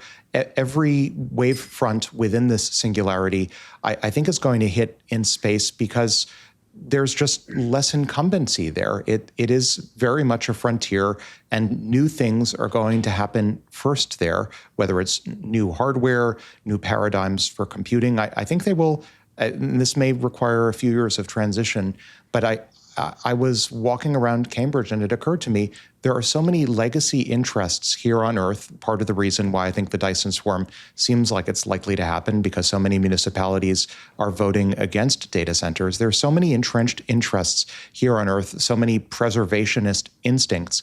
It will be easier for most of the singularity to play out in space and not on Earth. Yeah, the challenge, buddy, is it is highly regulated by a multitude of different countries. You've got the ITU, which is one of the most, slow, backwards organization to license spectrum and license orbital position slots. So I hear you, and yes, it's kind of greenfield operations. It goes in layers. Peter, if you look at the Earth's surface, that's far more regulated than LEO, which is far more regulated than. But you're dealing with one regulator in a particular county that you have to deal with in the U.S. versus in space. But you're dealing with a multitude. Compare it with the lunar surface or cislunar, which is being governed by the Outer Space Treaty and maybe the Artemis Accords. Which is not. I mean, I guarantee you, the regulations are not set yet. There will be more regulations. Okay, but right now, it's the frontier. It's the Wild West. And if you're a company, if you're SpaceX AI, and you can land a lunar fab, self-replicating robots, whatever it is, on the moon, it's relatively greenfield if you're a corporation versus, say, a nation state, which is the exact opposite of what we see here on Earth. Yeah, I'll tell you, I played this game, Alex, when I was running our planetary resources or asteroid mining company. The challenge in raising the capital for that, Larry Page was our first investor. Mm-hmm. Long story there. But we ended up not having enough regulatory clarity to be able to raise the huge amounts of capital to do that. We ended up going to the country of Luxembourg to get asteroid laws passed there and then passing it in the U.S. in a very limited fashion. But you end up, one of my favorite books is The Man Who Sold the Moon, right? The story of D.D. Harriman. I know you've known that. Yep. And it's a great book, but you're literally having to write the laws, and I don't know, in that book, you're bribing the countries to give you the particular rights. It's still going to be a complicated mishmash of legal structure. Maybe, but really what I hear in that parable from you, Peter, is you want a favorable executive from the U.S. if you're going to start mining the solar system for the Dyson swarm. If you have an unfavorable administration, then it gets a lot harder and you have to go to Luxembourg or elsewhere. Well, the barrier to progress in the U.S. is usually all of them. You have to go to every country and get assistance. And what happens is you get a major player and other countries promulgate and say, okay, we'll rubber stamp that in our country. But it gets challenging. I hope it's easier. I really do. I think so. This episode is brought to you by Blitzy, autonomous software development with infinite code context. Blitzy uses thousands of specialized AI agents that think for hours to understand enterprise-scale code bases with millions of lines of code. Engineers start every development sprint with the Blitzy platform, bringing in their development requirements. The Blitzy platform provides a plan, then generates and precompiles code for each task. Blitzy delivers 80% or more of the development work autonomously, while providing a guide for the final 20% of human development work required to complete the sprint. Enterprises are achieving a 5x engineering velocity increase when incorporating Blitzy as their pre-IDE development tool, pairing it with their coding copilot of choice to bring an AI-native SDLC into their org. Ready to 5x your engineering velocity? Visit Blitzy.com to schedule a demo and start building with Blitzy today. All right, let's jump into one of my favorite conversations for today, the Singularity Economy. I'm going to preface this as not investment advice, says our resident lawyers. All right, so, here's a story that, Dave, you and I have been following. It's the work of Leopold Aschenbrenner, who was famously fired from OpenAI on their alignment team and is now running a $5.5 billion fund 2 years later. He wrote a famous paper called Situational Awareness, very successful, looking at orders of magnitude progression across chips and models. And he raised capital on that. And Dave, tell us about his fund. Well, first thing I'll tell the audience is the podcast he did with Dwarkesh right after he got fired, right when the paper came out, is one of the best pieces of prescient media you can possibly study. So definitely go back, either listen to it or get your agent to listen to it and summarize it for you. You'll listen to it and you'll say, of course, of course, of course. But at the time, it was not even vaguely obvious that he was right. It says here on the slide he's running a $5.5 billion fund, but that's because he started with $1 billion and just made the most incredibly great group of investments. But also he has a lot of friends from OpenAI. And if you look at a lot of these investments, OpenAI, what are you buying next? What are you contracting for next? What do you need next? What are your bottlenecks to scaling all of this?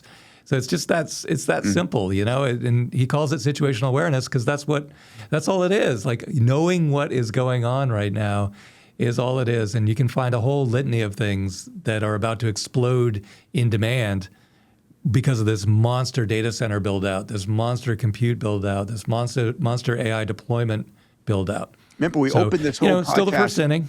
Yeah, we opened this whole podcast saying that there's much more demand than there is supply of chips and data centers and energy, and that's what he's betting on. Very famously, he bought options on Intel and CoreWeave, which have done extraordinarily good.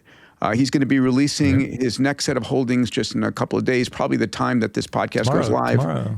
Yeah, it'll be by the time you hear this, it will have just come out. So go to 13f.info and look it up. Yeah. I want to hit a few points. I think this is really important for people to hear, people who are planning for their economic future. This stuff is kind of obvious, but I just want to play it out. So I'm looking at the growth of traditional sectors over the past year, May 2025 through May 2026. And if you look at those in blue, right, real estate at 5% growth, healthcare at 9%, materials 25%, industrials 29%, single to low double-digit growth. We see technology and energy here, which includes partial AI gains at 34 and 76%. But this is what the majority of, wealth advisors, the majority of banks recommend, diversification across all of these industries. And this is what you're getting.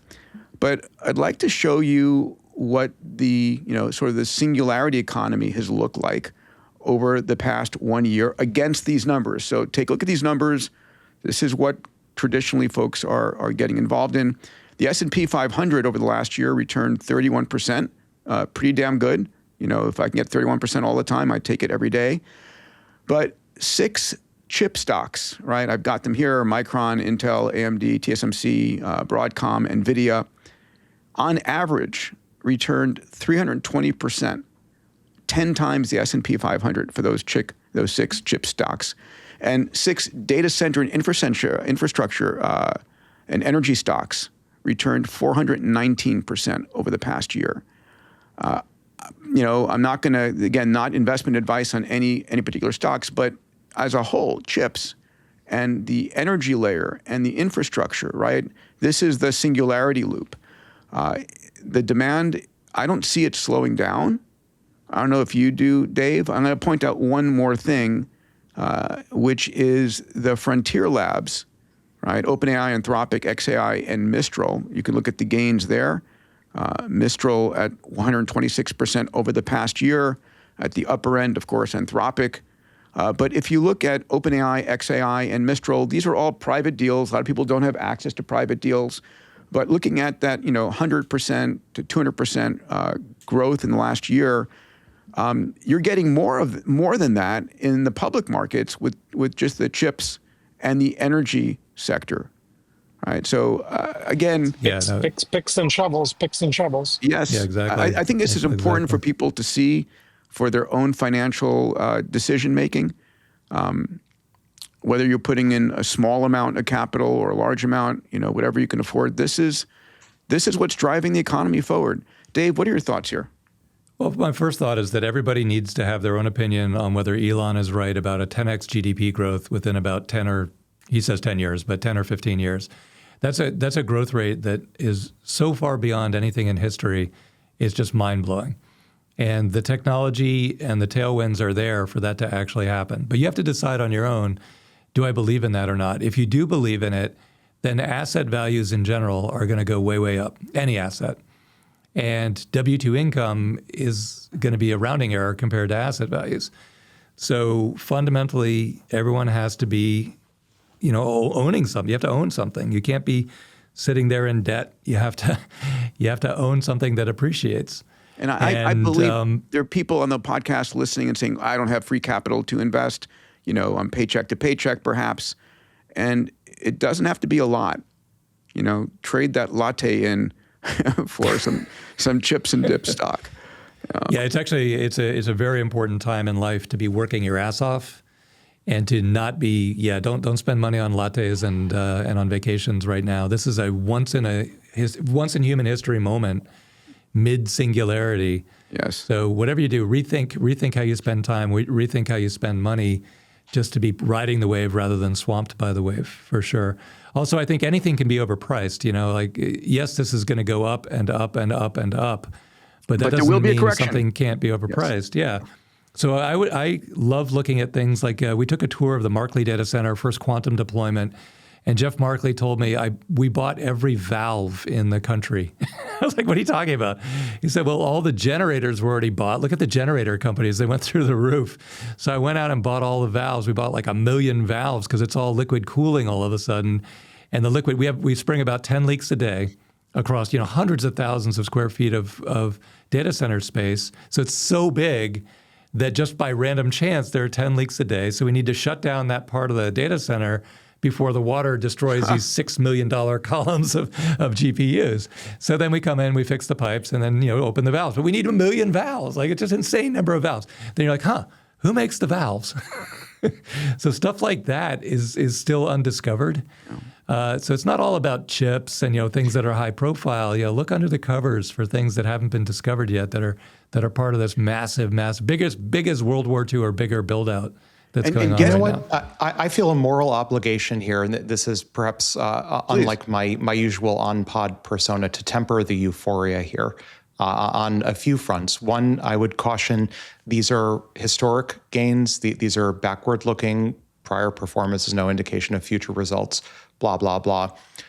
Also, second point, I would note, and this is of high, I would say, personal annoyance to me, that the frontier labs are all still private. We're expecting to see a number of IPOs over the next few months, historic potentially IPOs of all these frontier labs, but some of the largest, most dramatic returns weren't in the public markets at all. They were in private markets that retail didn't have access to.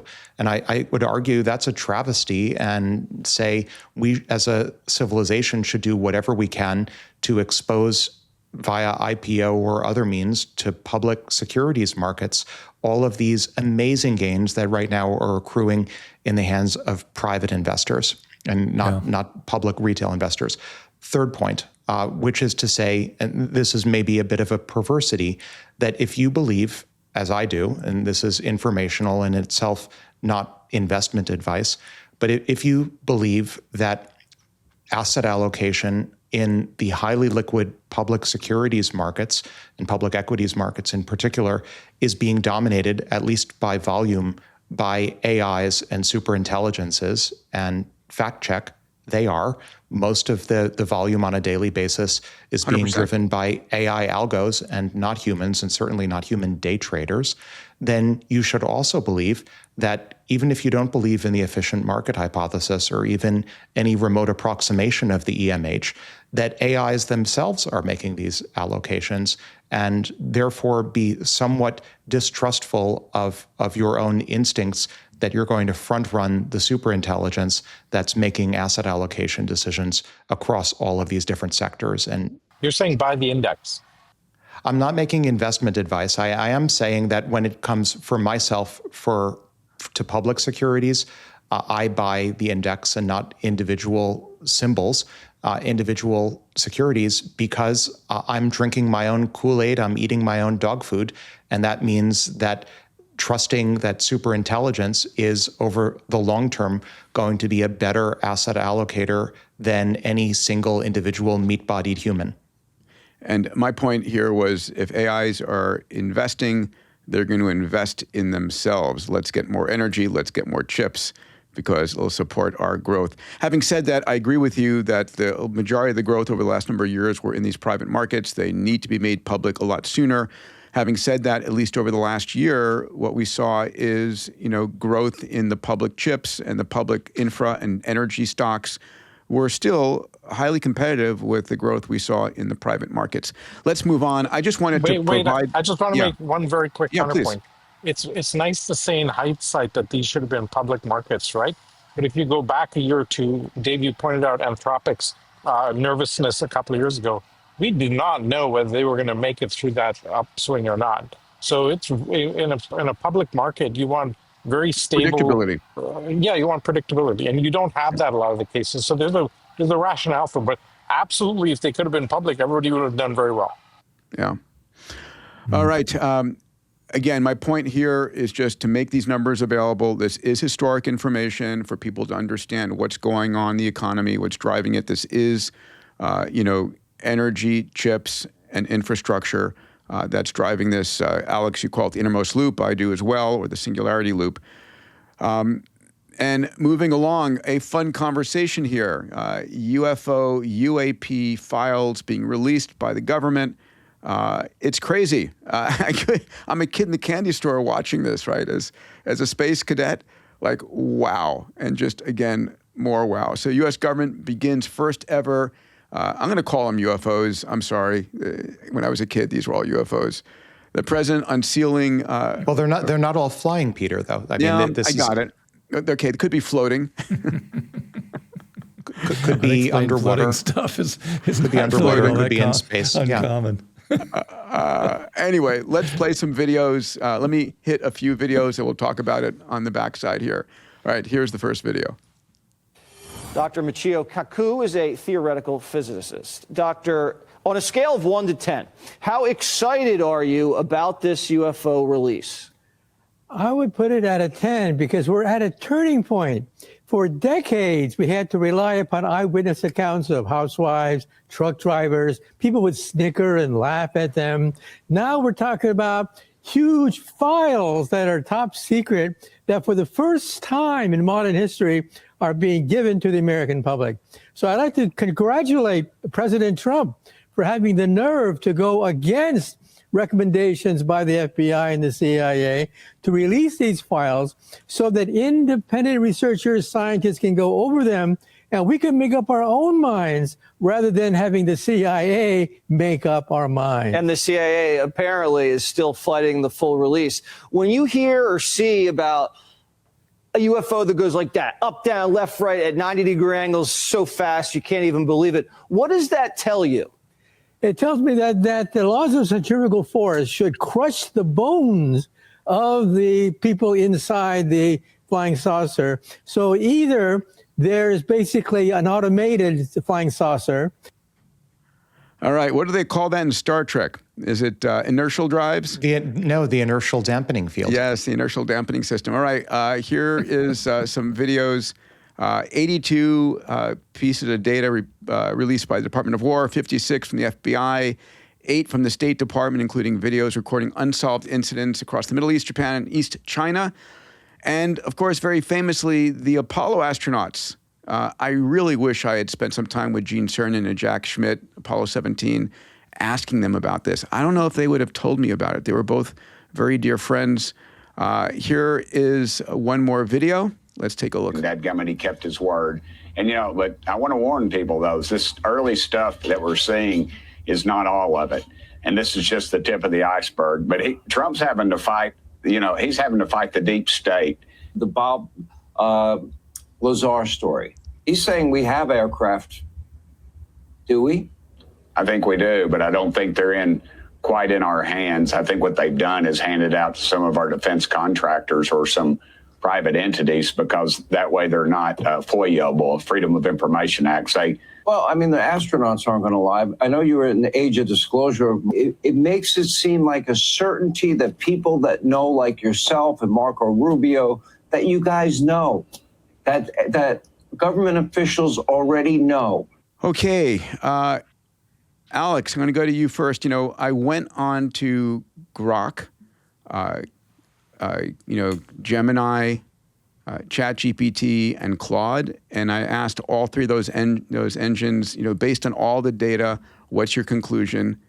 Is this alien? Is this something else? And they all came back saying this is normal phenomenon. These are secret U.S. missions. There's nothing to see here. I was kind of surprised by that. Alex, you've been involved in this and tracking this in detail. What are your thoughts? Your models may not be incorrect. I think it's very important. I agree with Michio that it's important for data to be released and for data not to be stigmatized. I think there's been, whether inadvertent or intentional, an enormous amount of stigma associated with just basic recordings of our skies and elsewhere. And I think this program, if you go back a couple of slides, now has a real name. It's called the Pursue Initiative, which I think is it's essential, the Presidential Unsealing and Reporting System for UAP Encounters. It's a historic program that this administration has led. There was an executive order that went out to all of the cabinet level agencies, and the Department of War reportedly is in the process of trawling JWICs, the top secret defense network, for UAP related items. I was having a conversation with a friend at AWS who oversees the JWICs cloud, and from what I'm told, this is a rolling release that's going to run between now and approximately January of 2027. And there are a lot of UAP-related files on JWICs that are being bulk declassified. I feel the need, going back to definition of the singularity, sometimes tongue-in-cheek, I define the singularity as all sci-fi scenarios happening everywhere all at once. And this, even if nothing comes out of all of these releases, this very much teases at least an entire genre or subgenre of sci-fi scenarios. And really, if we are about, as I've mentioned previously, if we are about to gain the capabilities, thanks to superintelligence, to paperclip our entire galaxy, if ever there were a time and a necessity for the executive to do bulk declassification of UAP data that are sitting in either its systems or in the systems of contractors, I think now is the time. I would expect, if there's a there, as it were, we've talked in the past about the age of disclosure and all of the allegations contained wherein, if there is a there and those allegations are accurate, I expect all of these details to start pouring out over the next few years. And it's not in that eventuality that we have superintelligence that's capable of making major changes to the distribution of matter in our galaxy over the next few years, potentially. I think it won't be a coincidence that all of this is happening at the same time. Pod Palmer Luckey says these are devices or creatures from our past coming into our present, because it's easier to time travel into the future and then. Well, we're all creatures from our past traveling into the present, right? Exactly. I'd say that's. And agreed, but just putting out the scenarios here, or are these spaceships and the purported alien biology that was discovered inside them, aliens from another planet? I do think that life is ubiquitous in the universe. We are but a small fraction, and life could have evolved billions of years before we evolved here. I wouldn't over-index, though, to the initial release. This is a rolling release, with the big stuff coming. With majority of stuff coming. These are in some sense, based on what I've been told, these are the easiest, lowest hanging fruit to declassify. If you actually look through the records, some of these were already available in the public domain, but not officially acknowledged. Not all of it was secret or top secret and going through a formal declassification process. So my guess, just looking at the records, is these were the easiest batch, if you will, to put out. And that leaves the harder to declassify or more controversial to declassify records still in the future. I looked at many of these records, and it's entirely possible many or all of these are either image artifacts or perfectly prosaic aircraft or things like that. What I think is more interesting is that now, historically, for the first time, there's a process of declassifying and unsealing all of these records that were sitting on JWIX or SIPRNet that had anything to do with UAPs. That's exceedingly interesting. One of those was a helicopter. One of those looked literally exactly like a helicopter.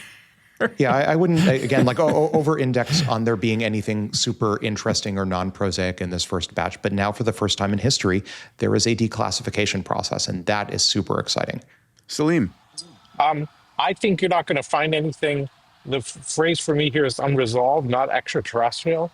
And if there's something monster, they would not release it or whatever, because it would freak everybody out. So maybe there's stuff in there. I would be very, very surprised. Although I'm a monster fan of the Drake equation, and I also believe that there must be lots of alien life out there. The thing that happened today that we didn't talk about today was we found these compounds in an exoplanet, hinting that there could be much more prevalent life forms out in the universe than we realize. Yeah. Well, we're going to get Jared Isaacman on the pod here, now the head of NASA, a friend. I was texting with him today, trying to make that all happen. And, and I agree, feels very confident that, there is or has been life on Mars, and we're going to find that evidence. We now have missions going to Europa and other, Jovian, Saturnian moons where there's a high likelihood of life as well. I think life is a natural evolutionary process of chemistry in our universe. And it's just a matter, I think logically, there's no reason for it not to evolve towards greater and greater intelligence and organization. 100%. Yeah. I agree. I think it's, I've written about this previously in the context of the physics of intelligence as a very natural ecological niche for the ability to adapt to environments whose dynamics are changing on a timescale faster than a generation time. So if I had to guess, my guess is that our universe is probably overflowing with life and intelligent life, which is, I would say, again, separate from any artifact that may or may not be in this initial pursuit drop. But I do think this is a step in the right direction, regardless of what the outcome is. Spot quiz on that, Alex. 60 million years ago, a giant meteor hits the Yucatan Peninsula, obliterates all the dinosaurs, makes space for mammals to evolve, and now we're intelligent, now we have AI, now we have iPhones. Had that meteor just barely missed the Earth, what would be walking around today? Would those dinosaurs have evolved into intelligent iPhone-creating dinosaurs? Yeah, super volcanoes, all kinds of other disasters. People have analyzed this. Obviously, it's something of probably something of a thought experiment, but there were species of troodons, for example, that were seemingly evolving in the direction of hominid or humanoid type form. So one could imagine it would be an interesting thought experiment. There was actually, speaking of Star Trek, there was a Star Trek Voyager episode called A Distant Origin, premised on the idea that, well, actually, there were some intelligent dinosaurs that managed to escape the Earth and escaped to the other side of the galaxy where they're encountered by the crew of Voyager. There's interesting science fiction around it. There's also while we're just exploring hypothesis space, the so-called Silurian hypothesis, what if there had been some past civilization of technological capability on Earth? Would we have discovered it? And it's sort of, the first time I had this conversation was with one of my undergraduate research advisors at MIT. And it's interesting. If there had been, it's contingent on the timescale. If there had been a so-called Silurian civilization 100 million plus years ago, plate tectonics can erase quite a bit of change on the Earth's surface. Then the thinking goes, well, let's look in space where some of the dynamics are slower, and why don't we see satellites in LEO or more stable, say, cislunar orbits that could have survived perhaps over very long timescales? Do we see that or not? Seems like we don't. But it's an interesting thought experiment. Yeah. All right, I'm going to move us forward to our AMA with the mates. Go ahead, Salim, as we transition over here. Yeah. Do you remember we did that panel on AI and consciousness? Yes. Last year, we had that fellow with the meteors, and he had the best answer for the Fermi paradox I've ever heard, which is we know there's lots of exoplanets, but Earth has had water oceans for 4 billion years continuously, and it gave time for evolution to take place, which is probably unlikely in other parts or in other exoplanets. And that was the best framing I've yet ever heard of why we have the Fermi paradox. Okay. I think that's totally unconvincing. The universe is filled with hydrogen and oxygen, and there's a lot of water in the universe. I don't buy that for one second, but it would be a fun debate. Let's move along. So I want to shout out to Ashley Gaunt. Dave, you shared this with me. Let me go ahead and read it. This came in a couple of days ago. Peter and the mates. I really thought I would never become an entrepreneur because I just didn't have any ideas of how to turn knowledge of being a dentist into a digital business. I finally did what you keep advising and brainstorm with my AI, and boom, idea sorted, plans in place to make a real difference to the preventative healthcare in general. This is insane.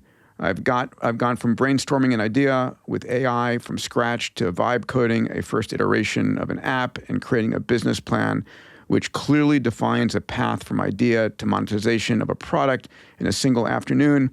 Cannot believe it. Ashley, congratulations. Again, I wanted to share this because I think all of us here on the pod feel very strongly about if you don't believe you're an entrepreneur, it's only because you haven't tried. Everyone could be an entrepreneur at some level. If you're running a barbershop and you want to open up another chair, you can be an entrepreneur there. It is about taking control of your own destiny versus being dependent upon someone else. Dave, you want to add anything to this? Yeah, I want to add the backstory because the way I stumbled on this is my wife, Maura, said, hey, some hater in the podcast is saying that you're out of touch. And she's like, you literally changed 3,000 diapers. I think you still have human shit under your fingernails. Like nothing could be more misguided. And I was like, stupidly, I think I'll go and look and find this hater. And instead I come across Ashley and I was literally cried. Yeah. Like, thank you, Ashley. You are just awesome. Yeah. And nothing could be more heartwarming than the fact that we've done some good to deflect somebody's life in a positive way. I want to track her story now and see how it all turns out. And she just did exactly the right thing, though. Amazing. All right. We have another one. I didn't see this. It was inserted, I guess, by Gian. So hello, Peter and the Moonshot team. I want to reach out with a simple thank you, one that came full circle in the best way. Moonshots has been a steady presence in how I think about technology, ambition, and what's worth building. That mindset found its way into conversation with my 12-year-old daughter. She started asking bigger questions, not just about school, but about real problems worth solving. This spring, she channeled that into Lantern Scan, an AI-powered app that she built to help communities identify and spot lanternfly. Spotted lanternfly is an invasive pest that threatens crops, trees, and local ecosystems, et cetera, et cetera. Last week, lanternfly won first place in middle school category in their action showcase. Congratulations, Abby, and particular to your daughter on that. Yeah, I think one of the greatest things I can inspire my kids to do is to become entrepreneurs. It's all about finding a problem and working on solving a problem. All right, we have 8 AMA questions for the mates. Dave, why don't you kick us off? Pick one of these. All right. Well, I'm not previewed. So, SETI at home. That's got to be Alex, right? I'll do it anyway. Number one. When will we see an initiative to harness unused compute sitting idle in personal devices like a modern SETI at home? From John Kent 3036. Actually, the iPhones have that great neural chip in them, which is massively unused. And you saw with that Akamai deal we had earlier in the pod, like any scrap of computing lying around is suddenly gold, and let's tap into it. But a lot of the processors on laptops are not particularly useful for AI. But the M4, M5 series chips in the Macs and your iPhone neural processor are hugely latent compute power. I would say this should have happened already. I suspect, the chips are all locked on the iPhones. It's very hard to get access to them. So I think that's what's preventing it. So it's really in Apple's hands to decide when this happens. Dave, we're going to see this with Tesla. So Elon's vision includes, Tesla Powerwalls as edge compute nodes and Tesla vehicles as edge compute nodes. So I think that's all coming. I think Alex, I'll put words in your mouth, but an agent that's sitting idle for lack of compute, it's unethical to let a processor just sit there. Like, I got this agent that wants to compute over here, and I got this unused processor over there. It's rude. It's rude. My answer to number one for what it's worth is we're already seeing it. Like OpenClaw is using unused compute sitting in personal desktop devices. And so I think we're there to the extent question number one is referring to mobile battery-powered devices. Battery-powered devices are naturally going to run models that are a few months at least behind the open source models that are capable of running on beefy desktops that are plugged into the wall are going to be 8-ish months, 6 to 8 months behind frontier models. But the short answer is we're already seeing that to number one. So, sorry, Dave, just had to add. Alex. All right, Alex, why don't you grab one of these questions, number 2, 3, or 4? All right, I'll go with number 2. Number 2 asks, which will end up bigger, consumer AI or enterprise AI? And that's asked by Matthew Johnson, 6525. Obviously, enterprise AI, at least for the foreseeable future. Enterprises, even though, it's interesting. I was looking at statistics. Even though enterprise spending is a minority, it's something like 10 to 20% of GDP in the US, and consumer spending is the vast majority of GDP. If you look at IT spend, enterprise is the vast majority of IT spend, not consumer. So it shouldn't be that surprising that what we've talked about now for the past few pod episodes, which is OpenAI's dramatic reversal, backing away from Sora and other consumer initiatives in favor of Codex and enterprise-oriented initiatives, basically to become Anthropic faster than Anthropic can become OpenAI, is entirely oriented towards enterprise AI. That's where the IT spend is. So you start with there. Now, if you were to ask which will end up bigger in the long term, say 10 to 20 years from now, I think it's a trick question because I think consumers become indistinguishable from enterprises. And exactly. My bet is consumers, individuals, will become one-person conglomerates. I'm glad you went there. Yep. Such as with talking my own book, Financial Interest, Henry Intelligent Machines, from friend of the pod, Alex Finn, who's betting on just that. Salim, you want to take number 3? I could, although number 4 I think is more interesting for me. I know that's why I wanted to grab it, but you can do number 4. This is what we call an abundance mentality right now. That's fine. I'll do number 3. No, it's okay. It's right. So you're asking, can read AI the question. Can AI, number 3, can AI strategic alignment with tangible human victories like medical breakthroughs and environmental repair resolve the public's existential anxieties about it? And this was from SF Baylover.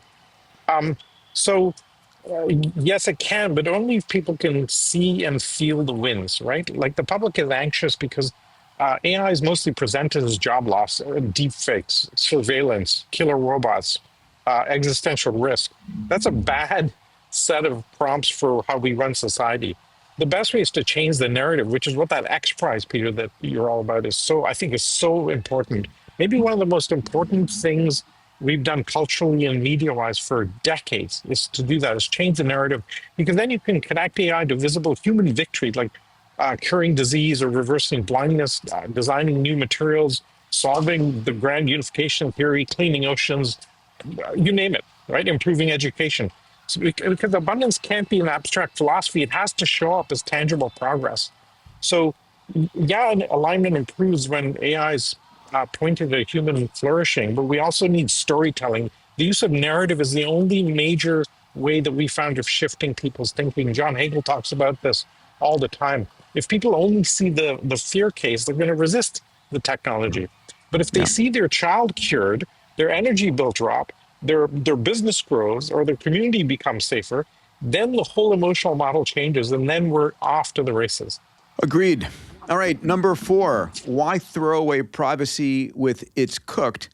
Privacy is linked to freedom. Why not fight to preserve both rather than treat it like nothing, says at C88485, which is a very private sounding name. All right, and at C88485, listen, I'm not saying I don't want privacy and it's not worth protecting. I'm just saying, I'm just recognizing the fact that that there are real challenges. Your phone tracks your location 24/7. Your browser history is sold to advertisers. An AI does facial recognition, and you are leaving your DNA fingerprints everywhere you go. And so the ability to retain, true privacy is becoming more and more difficult. Having it, I totally get it. It's really important, but it's going to be challenging. I'll take a quick poll here, the Moonshot Mates. Do any of you believe that you truly have privacy? So just real quick, yes or no? No. Okay, Alex? For appropriate definition of privacy, yes. What's that definition of privacy? Well, there are a few different possible definitions. There's a legal definition, there's a physical definition, there's a logical definition. And I would say for variants of each of those, yes, I believe I have some form of privacy. Okay. I think there's a different problem, though. That, but I can say for a fact, a 100% fact, that Apple and Google literally know when I take a crap. Yeah. I don't know how you define that as privacy. They sell that, and they sell that data. Can I change the question? Can I just change the question a little bit? Right? Yeah, sure. The problem is not the fact that we don't have privacy. We really don't. But the bigger issue is in a 2.0 version of privacy, you should own your own data. You should be able to revoke access. Systems that misuse data should face penalties. Privacy in a new model needs to be use your own, AI-mediated, cryptographically protected, and legally enforceable. And it's not right now. This is the problem. Yeah. So, Alex, I think you want to state, for whatever reasons you have, that you have privacy, and you're going to sort of rework the definition to be able to make that statement. But I honestly, in your heart of heart, I don't believe you. You don't believe that AIs can't read your lips, that you don't leave DNA trails, that they leave on, man. I could watch this. This is spicy stuff, Peter. I like that you have a better mental model of myself than I do, but I really am. This isn't like a case of false revealed preferences. I really do think for appropriate definitions of privacy, not only, I'll make a stronger statement, not only do I think I have operationally physical, logical, and legal privacy, I'll make a stronger statement than that, which is I don't think the evaporation, if you will, or the cooking of privacy is any sort of inevitability. Quite the opposite. I think the same technologies that threaten, for example, to dissolve, say, existing crypto systems, say AI solves math and inverts a popular cipher suite and suddenly everyone's private keys are at risk. I would say that the same technologies that taketh away privacy from past crypto systems and past systems of privacy protection will give us new forms of privacy, I totally agree. quantum security, and otherwise. To come back. If you read Neil Stephenson Diamond Age, it's a great vision of where this will end up. But right now, there's no privacy at all. All right, I think it'll come back. Salim, go ahead. I just want to say one quick thing. Alex, I can't believe you think you have legal privacy. You absolutely do not. The government can show up in any second. The Fourth Amendment is gone in this country. Yeah. It's gone. Yeah. We have no legal protection. I don't agree. ICE could show up at your house today and say you've got a weird German name. We need to see everything about you, and we're raiding your house. And they've been doing that. So that is gone today. All right. We're going to move on. Salim, you get the first choice of 5, 6, 7, or 8. I will take number 8. Seriously. Okay? If government gatekeeps new model releases, who's qualified to vet them? The best people are employed by AI companies. The rest are all anti-AI. How does that not become a false dichotomy? And this is from Michael Jacob. Michael Jacob, if government does gatekeeping, this is a very, very big problem. The problem here is if government tries to do this alone, it's not going to have the talent or the speed. If companies do it alone, then the public doesn't trust it. If you have activists doing it, then it becomes ideological, right? So we need a totally new governance architecture for this. The right model is to have a technical, independent, fast-moving review body with a combination of frontier labs, government, academia, national security, a multidisciplinary approach to this with civil society involved, for example, and people doing red teaming, right? Like FAA plus DARPA plus XPRIZE style open benchmarking. Benchmarking, very critical, as Alex, I hope, will agree. The key is not permission from bureaucrats. The key is to have transparent capability thresholds. Because if a model crosses some level in cyber, it needs to be triggering a deep review, like we saw Anthropic with Mythos. They voluntarily did that, thank God. And so you need to figure out a way of navigating that in other levels, like persuasion or autonomy or replication. So the biggest structural issue here is you need governance that's as exponential as the technology. Today, almost all government policy is defensive and reactive, right? So either you end up creating fake safety or you drive the best work underground or offshore. And so we have to navigate a very fine line there. Alex, over to you. I'll pick question number 5. So question number 5 asks, why aren't more individuals willing to pay for everyday AI reasoning services? If OpenAI marketed them right, isn't this a massive consumer market? And this is asked by Gary Stanley 2685. I don't think the premise of the question is correct. I don't think it's that individuals or consumers aren't willing to pay for reasoning models. I think it's that they're not able to pay for reasoning models. Frontier reasoning capabilities are quite expensive. Enterprises are willing and able to pay for them because they generate lots of new free cash flow or are saving lots of otherwise consumed free cash flow. Enterprises, simply put, have more money to spend on it. I think the way we get individuals to be able to pay more for reasoning models is by diverting at least some of the reasoning tokens to the problem of enabling individuals to be much more productive and generate enormous amounts of revenue using those. And this is one of the reasons why Henry and Alex Finn, I think, are so interesting, because in a world, in a near-term future where individuals can become one-person unicorns, then suddenly individuals will both be able to pay and willing to pay for all of those reasoning tokens. And so whether that's OpenAI marketing or a startup like Henry, I would say regardless of that, I do think there is a massive market, but in the process, as I mentioned with my answer to the previous question, it will almost, I predict, erase the distinction between consumer and enterprise spending altogether. All right, Dave, you're down to 2. I'll take 6 because it's so easy. Isn't the real problem with ocean data centers the security risk? Pirates, hostile nation states, sabotage, and this is from Strong, Medium, Weak. Interesting name. Yeah, not a problem at all, as it turns out. The U.S. Navy actually has total and unilateral control of all the world's oceans. Like, it's the most lopsided, one-sided thing you'll ever possibly imagine. And the U.S. Navy protects all global shipping. A very good friend of mine actually was down at the Cambridge Brewery working on a plan, and he was drinking a big fat beer, and I'm like, what are you working on? So I'm working on power generators on barges for Venezuela. Like, what are you?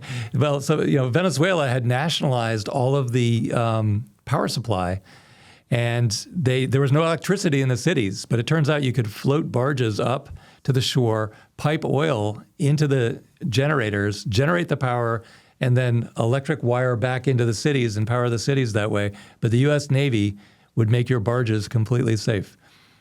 So the amount of ocean needed for these data centers, I thought it was the coolest story, by the way, on the last pod, the floating data centers. I never checked out whether the wave energy is enough to power the GPUs, but such a great idea. But the amount of ocean space that you need is tiny. There just aren't enough GPUs, and protecting them would be pretty trivial.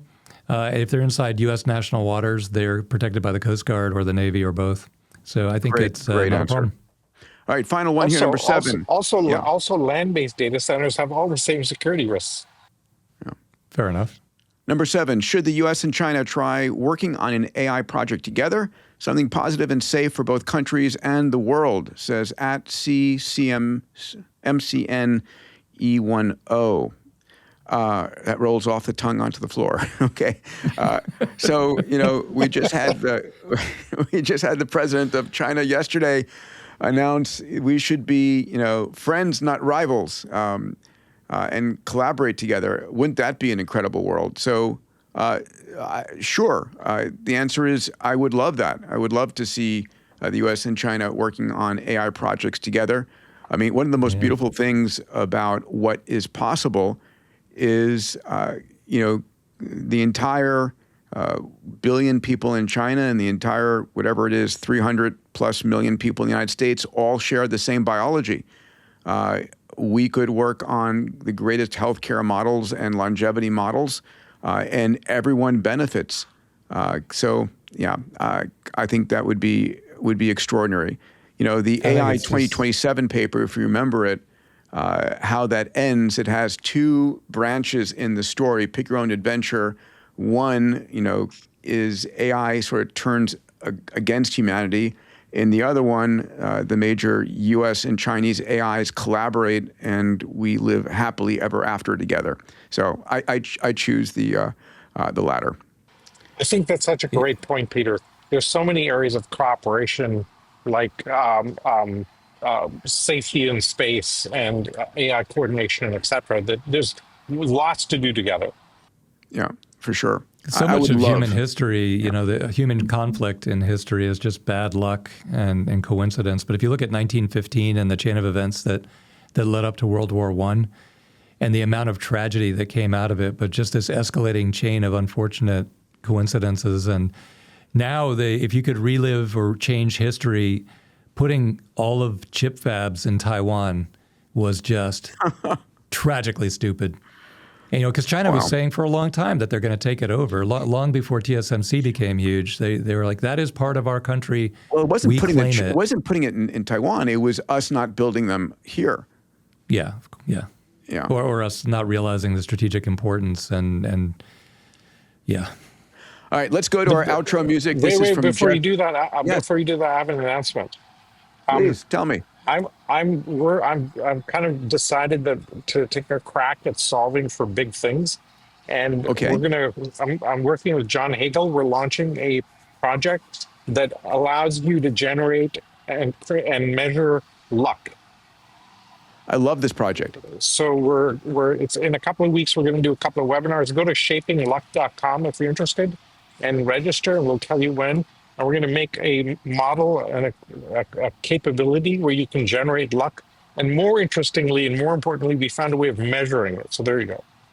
I love that. And Salim and I, for those of you who are excited and interested, we're going to be dissecting and diving deep into the organizational singularity very shortly for all of our listeners.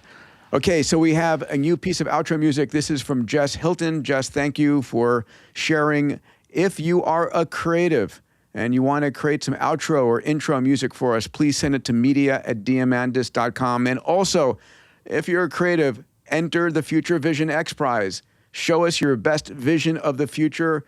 What's the next Star Trek, right? What is a Star Trek that you want to, occupy your heart and your soul, that shows you where humanity should be going? Create that trailer, that film treatment, and send it to us. You could win millions of dollars and have your movie made. All right, let's listen to Moonshots on Repeat by Jess Hilton. 4 guys in a room where the big ideas flow. The machines are getting smarter and they're first to know. Nobody's flinching, they're ready to go. Pull up a chair, it's the best podcast show. They're laughing while the models learn to think.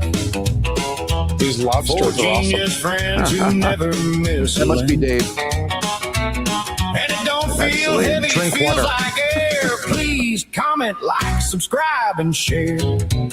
Moonshots on repeat, turn it up loud. 4 brilliant minds distilling the profound, emerging intelligence, abundance, insight. Exponential futures burning bright. The algorithms whisper what's coming to pass, and optimism compounds like unseen mass. Yeah, it rolls like a theorem nobody can pin, and I don't want to miss where it's going again.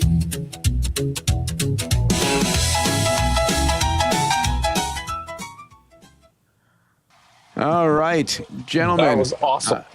I love that. Salim, I think that's you swilling beer with what is the meaning I of think life so. on your chest. The meaning of life for sure. Love you guys. What a great episode. Great, awesome conversation. Salim, I will see you this weekend for your birthday, buddy. Well, we'll see you there. Very excited about that. Alex, Dave, love you. Bye. Love you guys. Be well. Love you too. Love you guys. Thank you, See you Peter. soon. If you made it to the end of this episode, which you obviously did, I consider you a moonshot mate. Every week, my moonshot mates and I spend a lot of energy and time to really deliver you the news that matters. If you're a subscriber, thank you. If you're not a subscriber yet, please consider subscribing so you get the news as it comes out. I also want to invite you to join me on my weekly newsletter called Metatrends. I have a research team. You may not know this, but we spend the entire week looking at the metatrends that are impacting your family, your company, your industry, your nation. And I put this into a 2-minute read every week. If you'd like to get access to the Metatrends newsletter every week, go to diamandis.com/metatrends. That's diamandis.com/metatrends. Thank you again for joining us today. It's a blast for us to put this together every week.